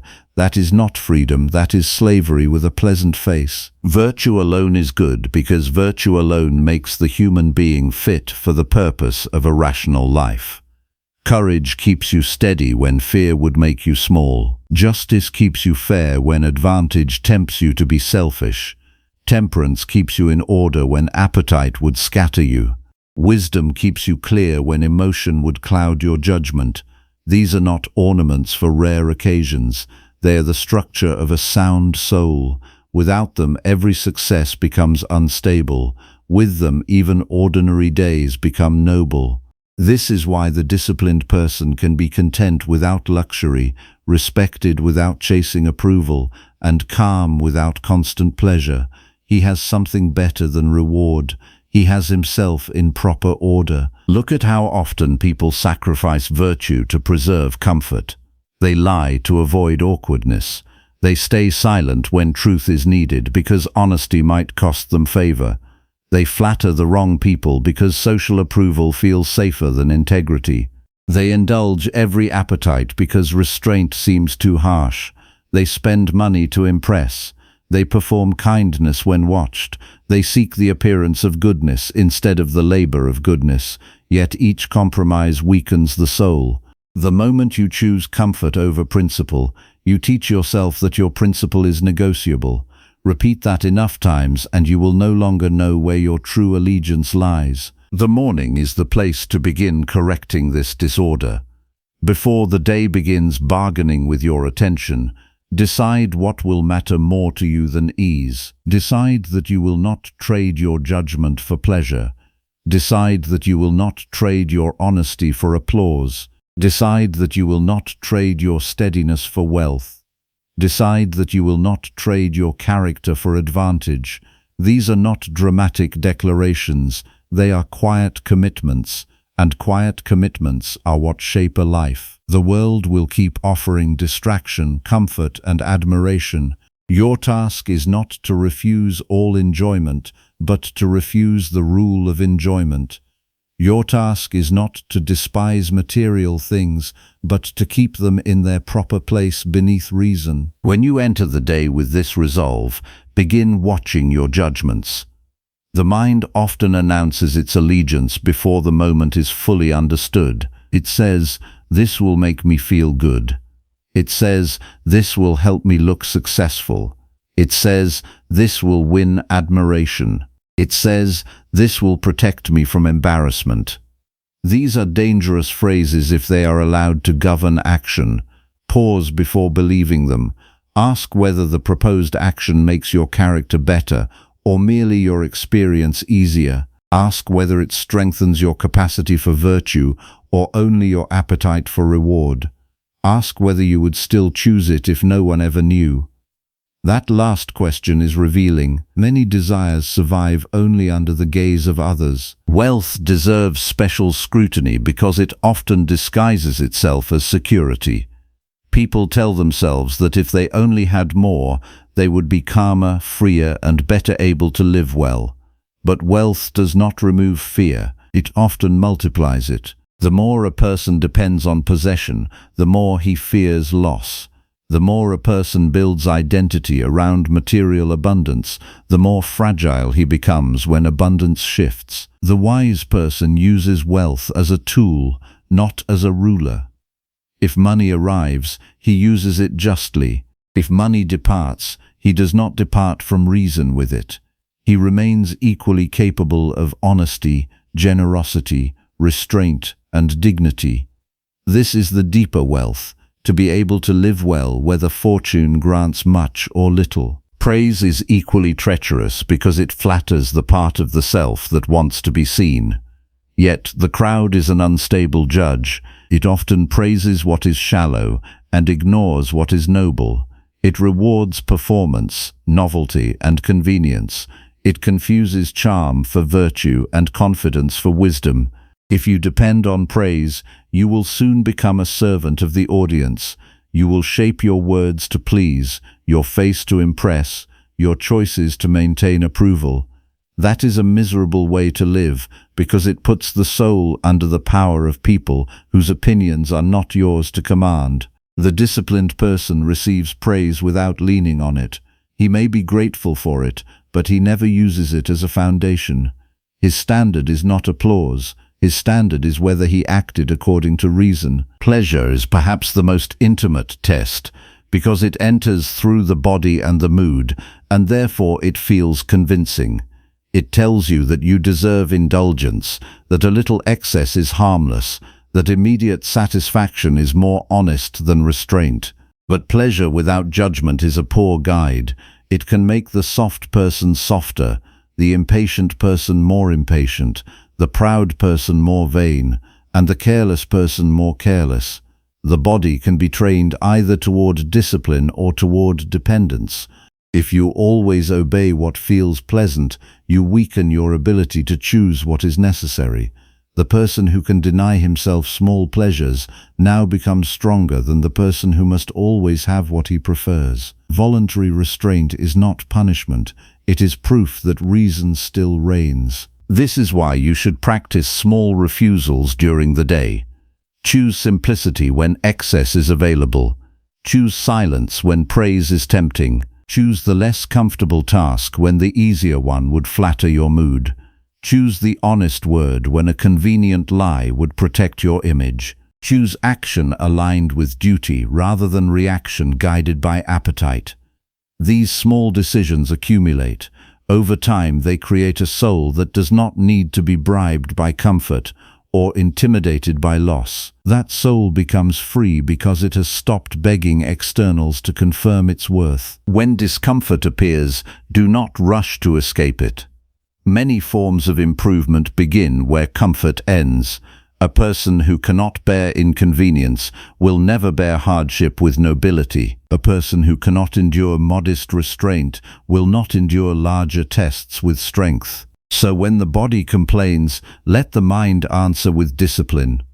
When vanity seeks applause, let the mind answer with silence. When desire seeks immediate gratification, let the mind answer with delay. These responses are not cold, they are clean. They protect the part of you that must remain upright regardless of changing conditions. The evening gives you another chance to examine where you placed your trust during the day. Ask yourself whether you acted from virtue or from appetite. Ask where you sought comfort over duty. Ask where you wanted approval more than truth. Ask where money, pleasure, or recognition influenced your choices more than reason should have allowed. This is not self-hatred, it is self-respect in its highest form. A person who refuses to inspect his motives cannot hope to correct them. A person who welcomes honest examination has already taken the first step toward mastery. Do not imagine that virtue makes life dull. It makes life clear. It removes the noise of unnecessary craving and the anxiety of fragile dependence. It allows joy without clinging, success without arrogance, and hardship without collapse. A virtuous life is not one that never experiences pleasure, wealth, or praise. It is one that never confuses them with the good itself. It knows how to use them, but it does not kneel before them. It remains free to lose them without losing itself. This is the standard you must accept if you wish to live well. Not a life arranged around comfort, but a life governed by reason.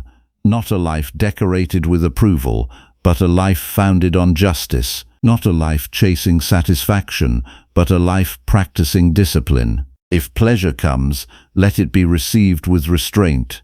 If wealth comes, let it be used with fairness. If praise comes, let it be held lightly. If none of them come, let your peace remain unchanged. That is the mark of a soul that has learned where value truly lies. So stop asking whether your choices will make life easier, more admired, or more profitable. Ask whether they will make you more just, more disciplined, more courageous, and more wise. That question cuts through deception immediately. It reveals what matters and what does not. It puts your eyes back on the one thing that cannot be taken from you unless you surrender it, the character of your own mind. Hold to that, and pleasure becomes optional, wealth becomes useful, praise becomes incidental, and virtue becomes the center of your life. That is enough. That is the only stable victory. Number 8. Turning every obstacle into strength. The moment an obstacle appears, your mind makes a choice long before your hands take action. It either declares, "This should not have happened," or it quietly asks, "What does this require of me?" That single difference determines whether the obstacle becomes a prison or a place of growth. Most people never notice this first judgment. They assume the difficulty itself has stolen their peace. In truth, peace is often surrendered before the difficulty has even revealed its full shape. The event arrives only once. The mind repeats it endlessly through resistance, complaint, and imagined injustice. If you wish to become stronger, your first discipline is not learning how to remove every obstacle. It is learning how to meet every obstacle without abandoning reason. Life has never promised a path free from resistance. The body becomes tired, plans fail, trusted people disappoint you, opportunities disappear, effort goes unnoticed, illness interrupts ambition, loss arrives without invitation. These are not errors in the design of life. They are conditions within which character is formed. A person who expects an effortless existence will interpret every hardship as proof that something has gone terribly wrong. A disciplined person understands that resistance is not evidence that the path has ended. It is often the very place where the most important work begins. Observe what usually happens when your plans are interrupted. Irritation rises immediately because reality has refused to obey your expectations. The mind begins searching for someone to blame. It complains about timing, circumstances, other people, or fortune itself. While this inner argument continues, the obstacle remains exactly where it was. Nothing has improved. Energy has been consumed, but no progress has been made. Complaint often disguises itself as action, yet it changes nothing outside you while weakening everything inside you. The first task is to separate the obstacle from your judgment about it. A delayed opportunity is simply delayed. A mistake is simply a mistake. A criticism is simply words spoken by another person. A setback is simply a change in circumstances. Before adding labels such as unfair, unbearable, humiliating, or disastrous, pause long enough to examine whether those descriptions belong to the event or only to your interpretation of it. Many burdens become lighter the moment they are no longer carrying the unnecessary weight of exaggerated judgment. Do not ask why your life contains obstacles. Ask why you imagined it would not. Every person who has lived with integrity has encountered resistance. The difference lies not in the quantity of difficulties, but in the quality of the response. Some emerge from hardship more bitter because they spent their energy resisting reality. Others emerge wiser because they used hardship as material for discipline. The same fire hardens one substance and weakens another. Character determines the result. Each obstacle offers a particular virtue waiting to be practiced. Delay invites patience. Uncertainty invites courage. Insult invites self-control. Failure invites humility. Success after struggle invites gratitude rather than pride. If you immediately focus only on removing the obstacle, you may overlook the opportunity to strengthen the quality that the obstacle exists to develop. Life continually asks not merely whether you can achieve your goals, but whether you can preserve your character while pursuing them. Many people believe strength is revealed only during extraordinary crises. More often, it is shaped through ordinary inconveniences. Waiting in a long line tests impatience. Receiving unexpected criticism tests composure. Facing repeated interruptions tests attention. Working without recognition tests your commitment to doing what is right for its own sake. These moments appear insignificant, yet they quietly reveal who governs your life. If minor frustrations consistently overthrow your judgment, greater hardships will find you equally unprepared. Begin every morning with a simple expectation. Tell yourself that today will not unfold exactly according to your preferences. Someone may misunderstand you. Circumstances may change without warning. A carefully prepared plan may require complete revision. By expecting resistance rather than demanding constant ease, you remove much of its power to surprise you.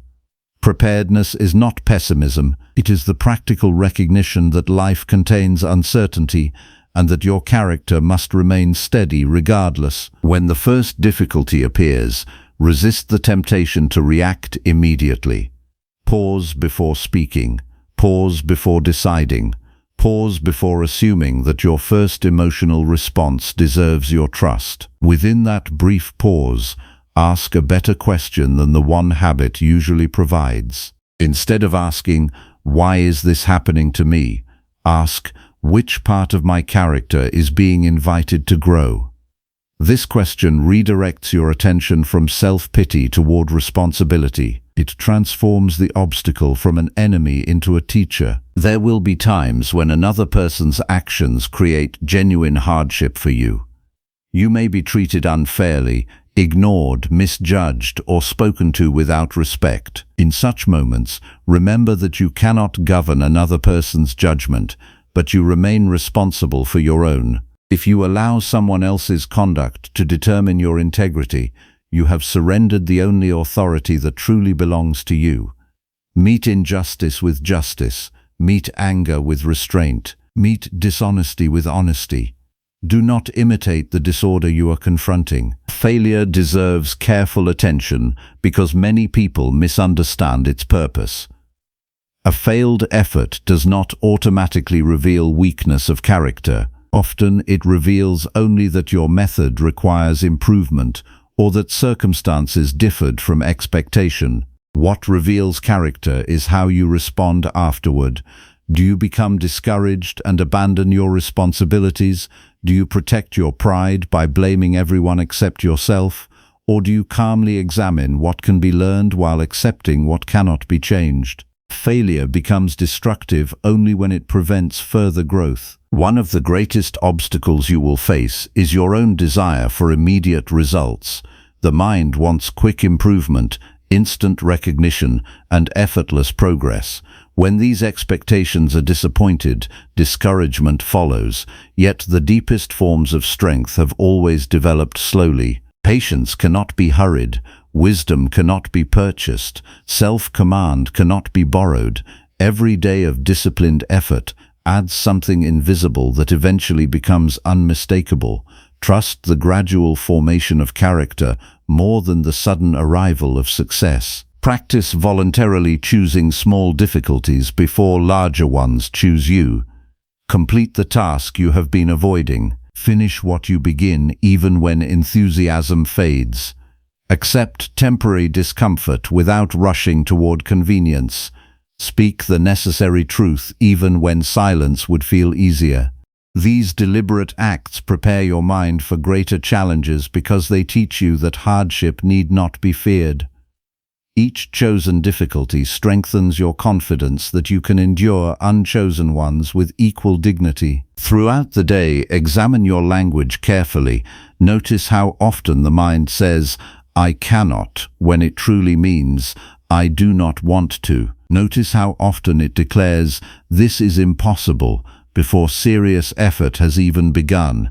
Notice how often it exaggerates inconvenience into catastrophe. Such language weakens resolve because words shape attention. Replace exaggeration with accuracy. Describe events as they are, rather than as frustration wishes them to appear.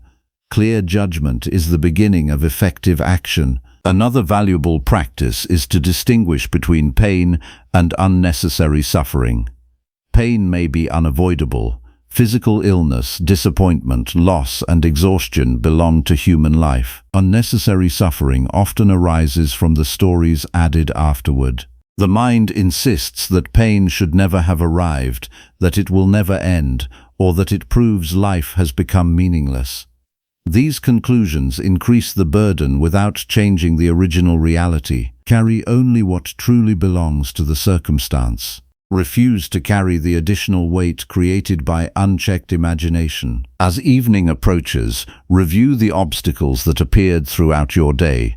Do not ask whether the day was easy. Ask whether your response honored your principles. Where did impatience replace understanding? Where did fear interrupt courage? Where did comfort become more attractive than duty? Where did resentment occupy attention that could have been devoted to useful action? Each honest answer becomes instruction rather than condemnation. The purpose of reflection is improvement, not self-punishment. You will gradually discover that obstacles lose much of their ability to intimidate once they become expected companions rather than unwelcome surprises. They no longer interrupt your practice of virtue. They become the very environment in which virtue is exercised. Just as strength of body develops through resistance rather than comfort, strength of character develops through challenges rather than uninterrupted ease. Without obstacles, many virtues would remain merely admirable ideas instead of lived realities. Do not measure a difficult day by how many problems it contained. Measure it by how faithfully you maintained your judgment while facing them. A day filled with hardship but governed by reason is more valuable than a comfortable day wasted in distraction and self-indulgence. External conditions do not determine the worth of your life. Your use of those conditions does. Eventually you will stop asking for a life without obstacles because you will understand what such a request truly means. It asks for fewer opportunities to practice courage, fewer chances to develop patience, fewer invitations to strengthen justice, fewer moments requiring self-command. Ease alone cannot produce an excellent character. Resistance reveals qualities that comfort keeps hidden. The world will continue presenting circumstances beyond your control. Some will arrive unexpectedly, others will remain longer than you prefer. You cannot negotiate with reality until it matches your desires. You can, however, decide that every challenge will become material for discipline, rather than an excuse for decline. That decision belongs entirely to you. Stand before each obstacle with a steady mind. Refuse to waste strength wishing it were absent. Instead, direct your attention toward the one responsibility that never changes, governing your own judgment with wisdom, your actions with justice, your desires with moderation, and your fears with courage. When this becomes your habit, obstacles cease to be barriers standing against your life. They become the very path through which your character is refined, your reason is strengthened, and your freedom is secured. Number 9. Living daily as though mortal. You speak often about the future as though it has already been placed into your hands. You make plans for months that have not arrived, postpone necessary changes until a more convenient season, and comfort yourself with the belief that there will always be another opportunity to become the person you know you should be. Yet there is one truth that quietly accompanies every breath you take. You are mortal. Your time is limited, though you do not know its measure. This is not a reason for fear. It is a call to clarity. The person who remembers mortality does not become consumed by despair. Instead, every ordinary moment gains a seriousness that comfort alone can never provide. The awareness that life will end teaches you how life ought to be lived. Most people do not waste their lives because they desire failure. They waste them because they imagine there is always more time. They postpone difficult conversations because tomorrow appears certain. They delay acts of courage because another chance seems guaranteed. They allow resentment to linger because reconciliation feels optional. They spend years chasing distractions while convincing themselves that the work of shaping character can begin later. Yet later is an uncertain promise made by a future that belongs to no one. The present alone has been entrusted to your judgment. To live as though you are mortal does not mean expecting death at every moment with anxious imagination. It means refusing to live as though time were an endless possession. It means understanding that every sunrise is an opportunity rather than an entitlement. It means recognizing that every conversation may be your last with that person.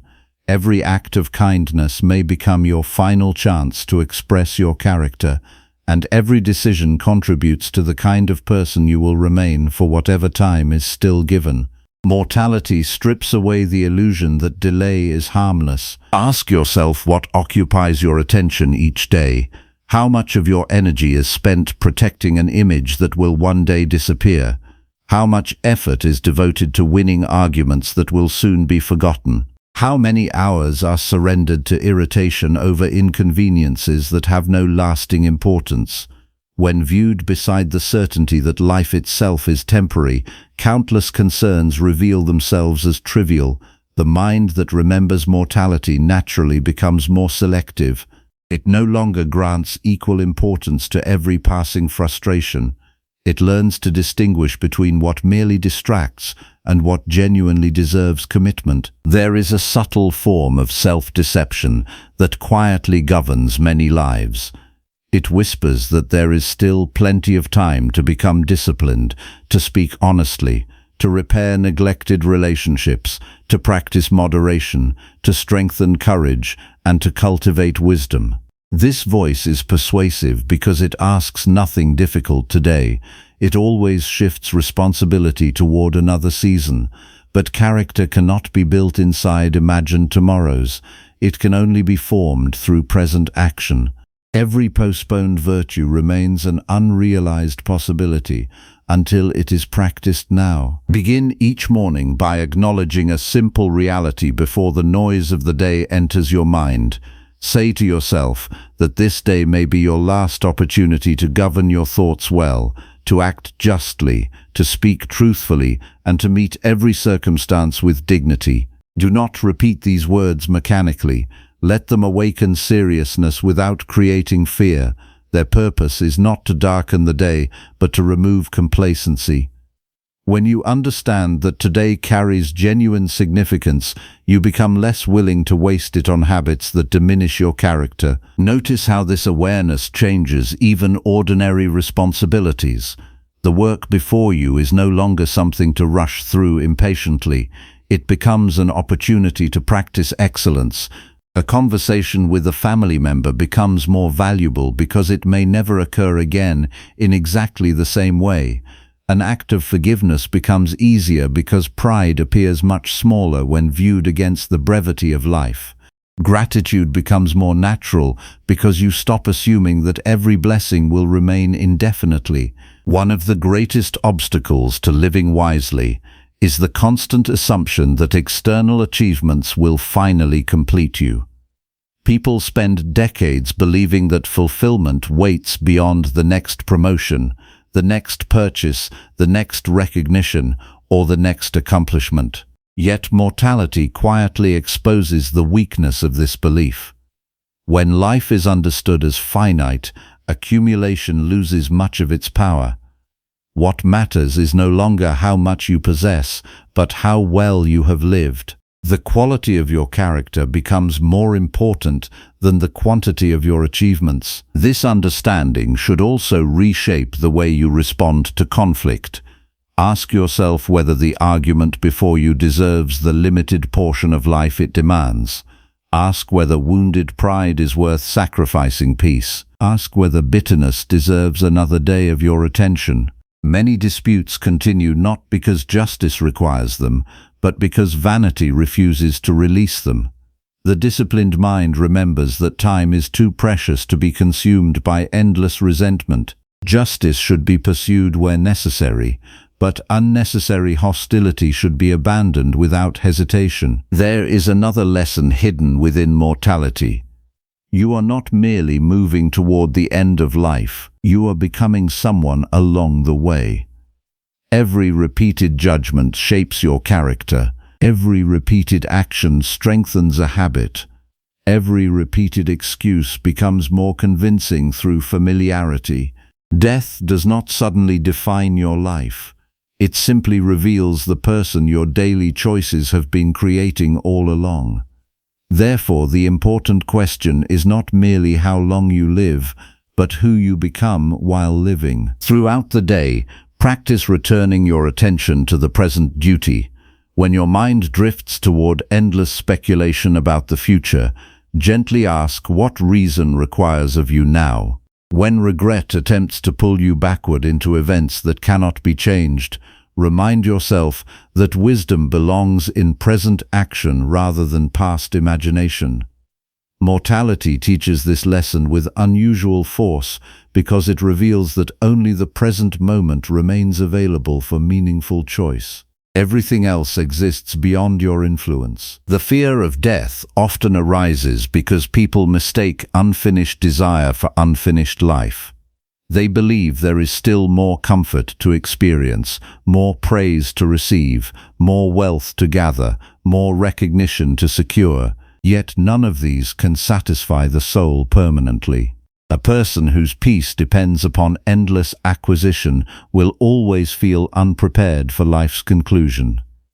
The disciplined person seeks something different. He seeks to complete each day with integrity, so that if no further days are granted, nothing essential has been neglected. This does not require perfection. It requires sincerity. At the close of every evening, examine yourself with honesty. Ask whether you lived this day in a manner worthy of someone who understands that time is uncertain. Did you speak truth where truth was required? Did you allow unnecessary anger to steal moments that could have been governed by patience? Did you delay responsibilities that should have been completed? Did you pursue virtue even when comfort invited compromise? This examination is one of the most valuable disciplines you can cultivate because it prevents entire years from passing without awareness. Do not measure a successful day by how many tasks were completed or how many people admired your efforts. Measure it by whether your judgments remained aligned with reason. Measure it by whether your actions reflected justice, courage, moderation, and wisdom. Measure it by whether you wasted less time chasing appearances and devoted more attention to strengthening character. Such measurements remain valuable regardless of changing fortune because they concern what truly belongs to you. Mortality also teaches humility. Every person you admire, every leader, every ruler, every celebrated figure, every wealthy individual, every accomplished scholar, every powerful voice has shared the same condition. None escaped the passage of time. None carried possessions beyond the limits of life. None preserved public praise forever. Recognizing this frees you from unhealthy comparison. Why envy another person's temporary circumstances when both of you are equally responsible for the condition of your own character? This awareness changes how you experience success as well. Achievement no longer becomes a reason for arrogance because you understand its temporary nature. Instead, success becomes another opportunity to practice gratitude, fairness, and restraint. Likewise, failure loses much of its power to destroy your peace because you understand that no external setback determines the worth of a life devoted to virtue. Mortality places both success and failure in their proper proportion. You will sometimes be tempted to postpone your practice of discipline until circumstances become easier. Resist this temptation firmly. Difficulty is not a reason to abandon virtue. It is the very place where virtue proves itself genuine. Courage has meaning only where fear exists. Patience becomes visible only where delay appears. Justice matters most when selfishness would be more convenient. Every challenge becomes an invitation to live according to your highest principles, while time still allows you the opportunity. Carry this awareness gently rather than heavily.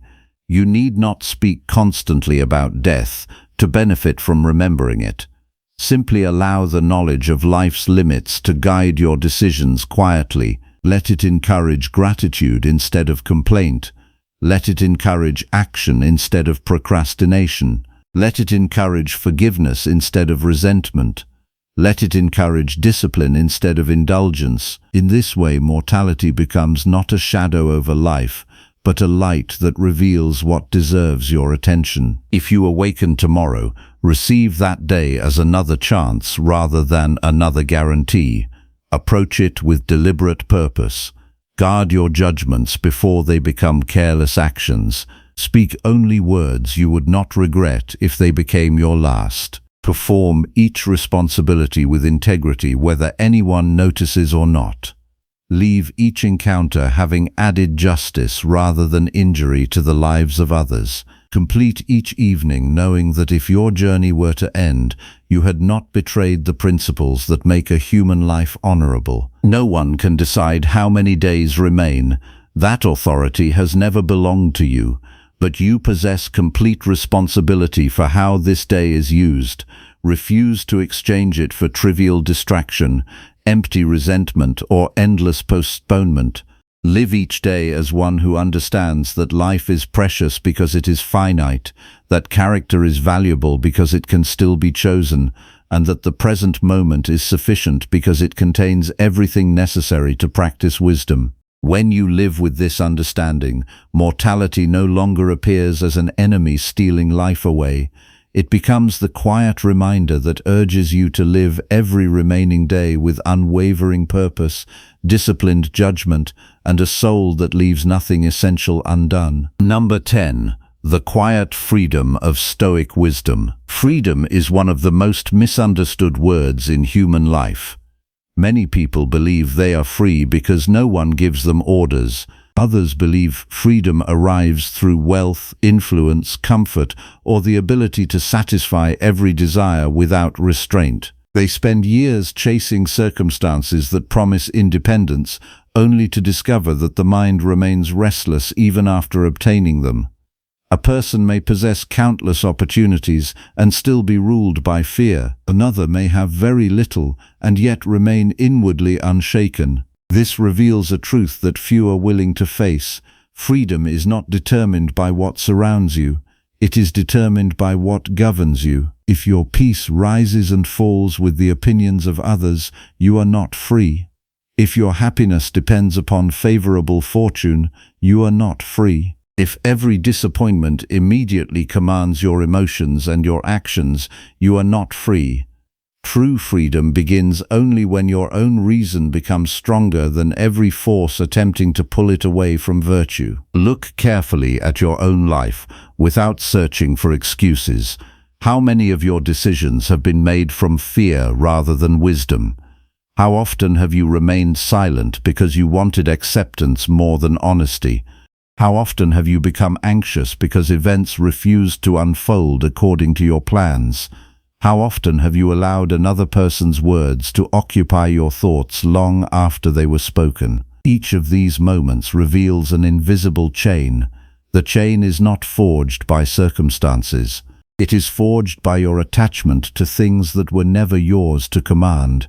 The world does not imprison the soul nearly as often as the soul imprisons itself through mistaken judgment. The quiet freedom of wisdom begins with a simple recognition.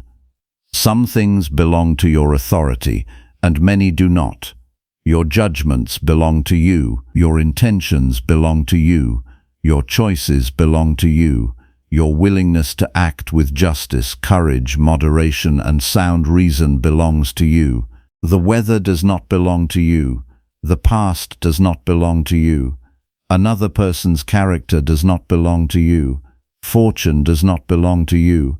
Public opinion does not belong to you. The moment you stop demanding control over what has never been yours, an enormous burden begins to disappear. You no longer waste your strength wrestling with reality. Instead, you direct that strength toward governing the one place where genuine mastery is possible. Most suffering is quietly increased by resistance. Reality presents one event, but the undisciplined mind immediately creates another through complaint. A delay becomes an injustice. A criticism becomes an attack on identity. A disappointment becomes proof that life is unfair. These added judgments multiply the original burden. Wisdom refuses this habit. It accepts the event before deciding how to respond. Acceptance is not surrender, it is accuracy. Until you see reality clearly, you cannot respond wisely. Fighting facts only exhausts the person doing the fighting. Begin every morning with an act of inward preparation, instead of rushing immediately toward external responsibilities. Before opening yourself to the demands of the day, remind yourself that unexpected events will certainly appear. Plans may change, people may behave carelessly, circumstances may become uncomfortable. None of these possibilities require fear if your commitment to reason remains firm. Tell yourself that your highest responsibility is not to control the day, but to govern your conduct within it. This quiet resolution creates stability long before the first challenge arrives. As the hours unfold, watch your judgments more carefully than you watch external events. The mind often gives away its freedom through unnoticed habits. It says, "I cannot be peaceful until this problem disappears." It says, "I need this person's approval before I can feel secure." It says, "Everything has been ruined because one plan failed." Such thoughts appear convincing because they arrive quickly, yet they deserve examination before they receive your agreement. Ask whether your peace truly depends upon the condition being described, or whether you have simply trained yourself to believe it does. Most chains remain strong because they are never questioned. There will be moments when emotion rises with surprising force. Anger may appear after disrespect. Fear may arise before uncertainty. Sadness may follow loss. These first movements are part of being human. What determines your freedom is not whether emotion appears, but whether it becomes your ruler. Pause before allowing feeling to become judgment. Let reason examine the situation calmly. Ask what remains within your power. Ask what virtue requires now, rather than what emotion demands immediately. Every time you make this pause a habit, your inner freedom grows stronger. Do not confuse quietness with weakness. The person who refuses to react impulsively often possesses greater strength than the one who answers every insult with louder words. Self-command rarely attracts attention because it does not need to announce itself. It works silently. It refuses unnecessary conflict. It declines invitations to vanity. It remains steady while others become consumed by agitation. This quiet strength cannot be purchased or borrowed. It is earned through repeated discipline until wisdom becomes more natural than impulse. One of the greatest threats to freedom is the desire to be admired. Praise feels pleasant because it suggests that others approve of who you are. Yet if approval becomes necessary, you begin shaping your life according to expectations that constantly change. You become hesitant to speak difficult truths. You avoid actions that may be misunderstood even when they are right. Gradually, your character becomes directed by spectators rather than reason. Wisdom releases you from this dependence. It teaches that the quality of your actions matters more than the popularity of your reputation. Practice doing good without seeking recognition. Complete your responsibilities faithfully even when no reward follows. Offer kindness without expecting gratitude. Keep your promises whether anyone notices or not. These habits quietly strengthen independence because they teach the soul to value integrity above applause. The more your satisfaction comes from acting well rather than appearing impressive, the less power external praise possesses over you. There is another subtle obstacle to freedom that hides behind constant comparison. The mind observes another person's achievements, possessions, appearance, or influence, and immediately begins measuring its own worth against them. This comparison creates endless dissatisfaction because there will always be someone who possesses something you do not. Wisdom interrupts this habit by returning attention to the only meaningful comparison. Ask whether your character today is more disciplined than it was yesterday. Ask whether your judgments have become clearer, your patience deeper, your honesty more reliable, and your courage more consistent. These comparisons strengthen the soul because they concern what genuinely belongs to your effort. When difficulties arrive, remember that they cannot reach the deepest part of you without your permission. They may affect your body, your possessions, your plans, or your reputation. None of these alone determine the condition of your character.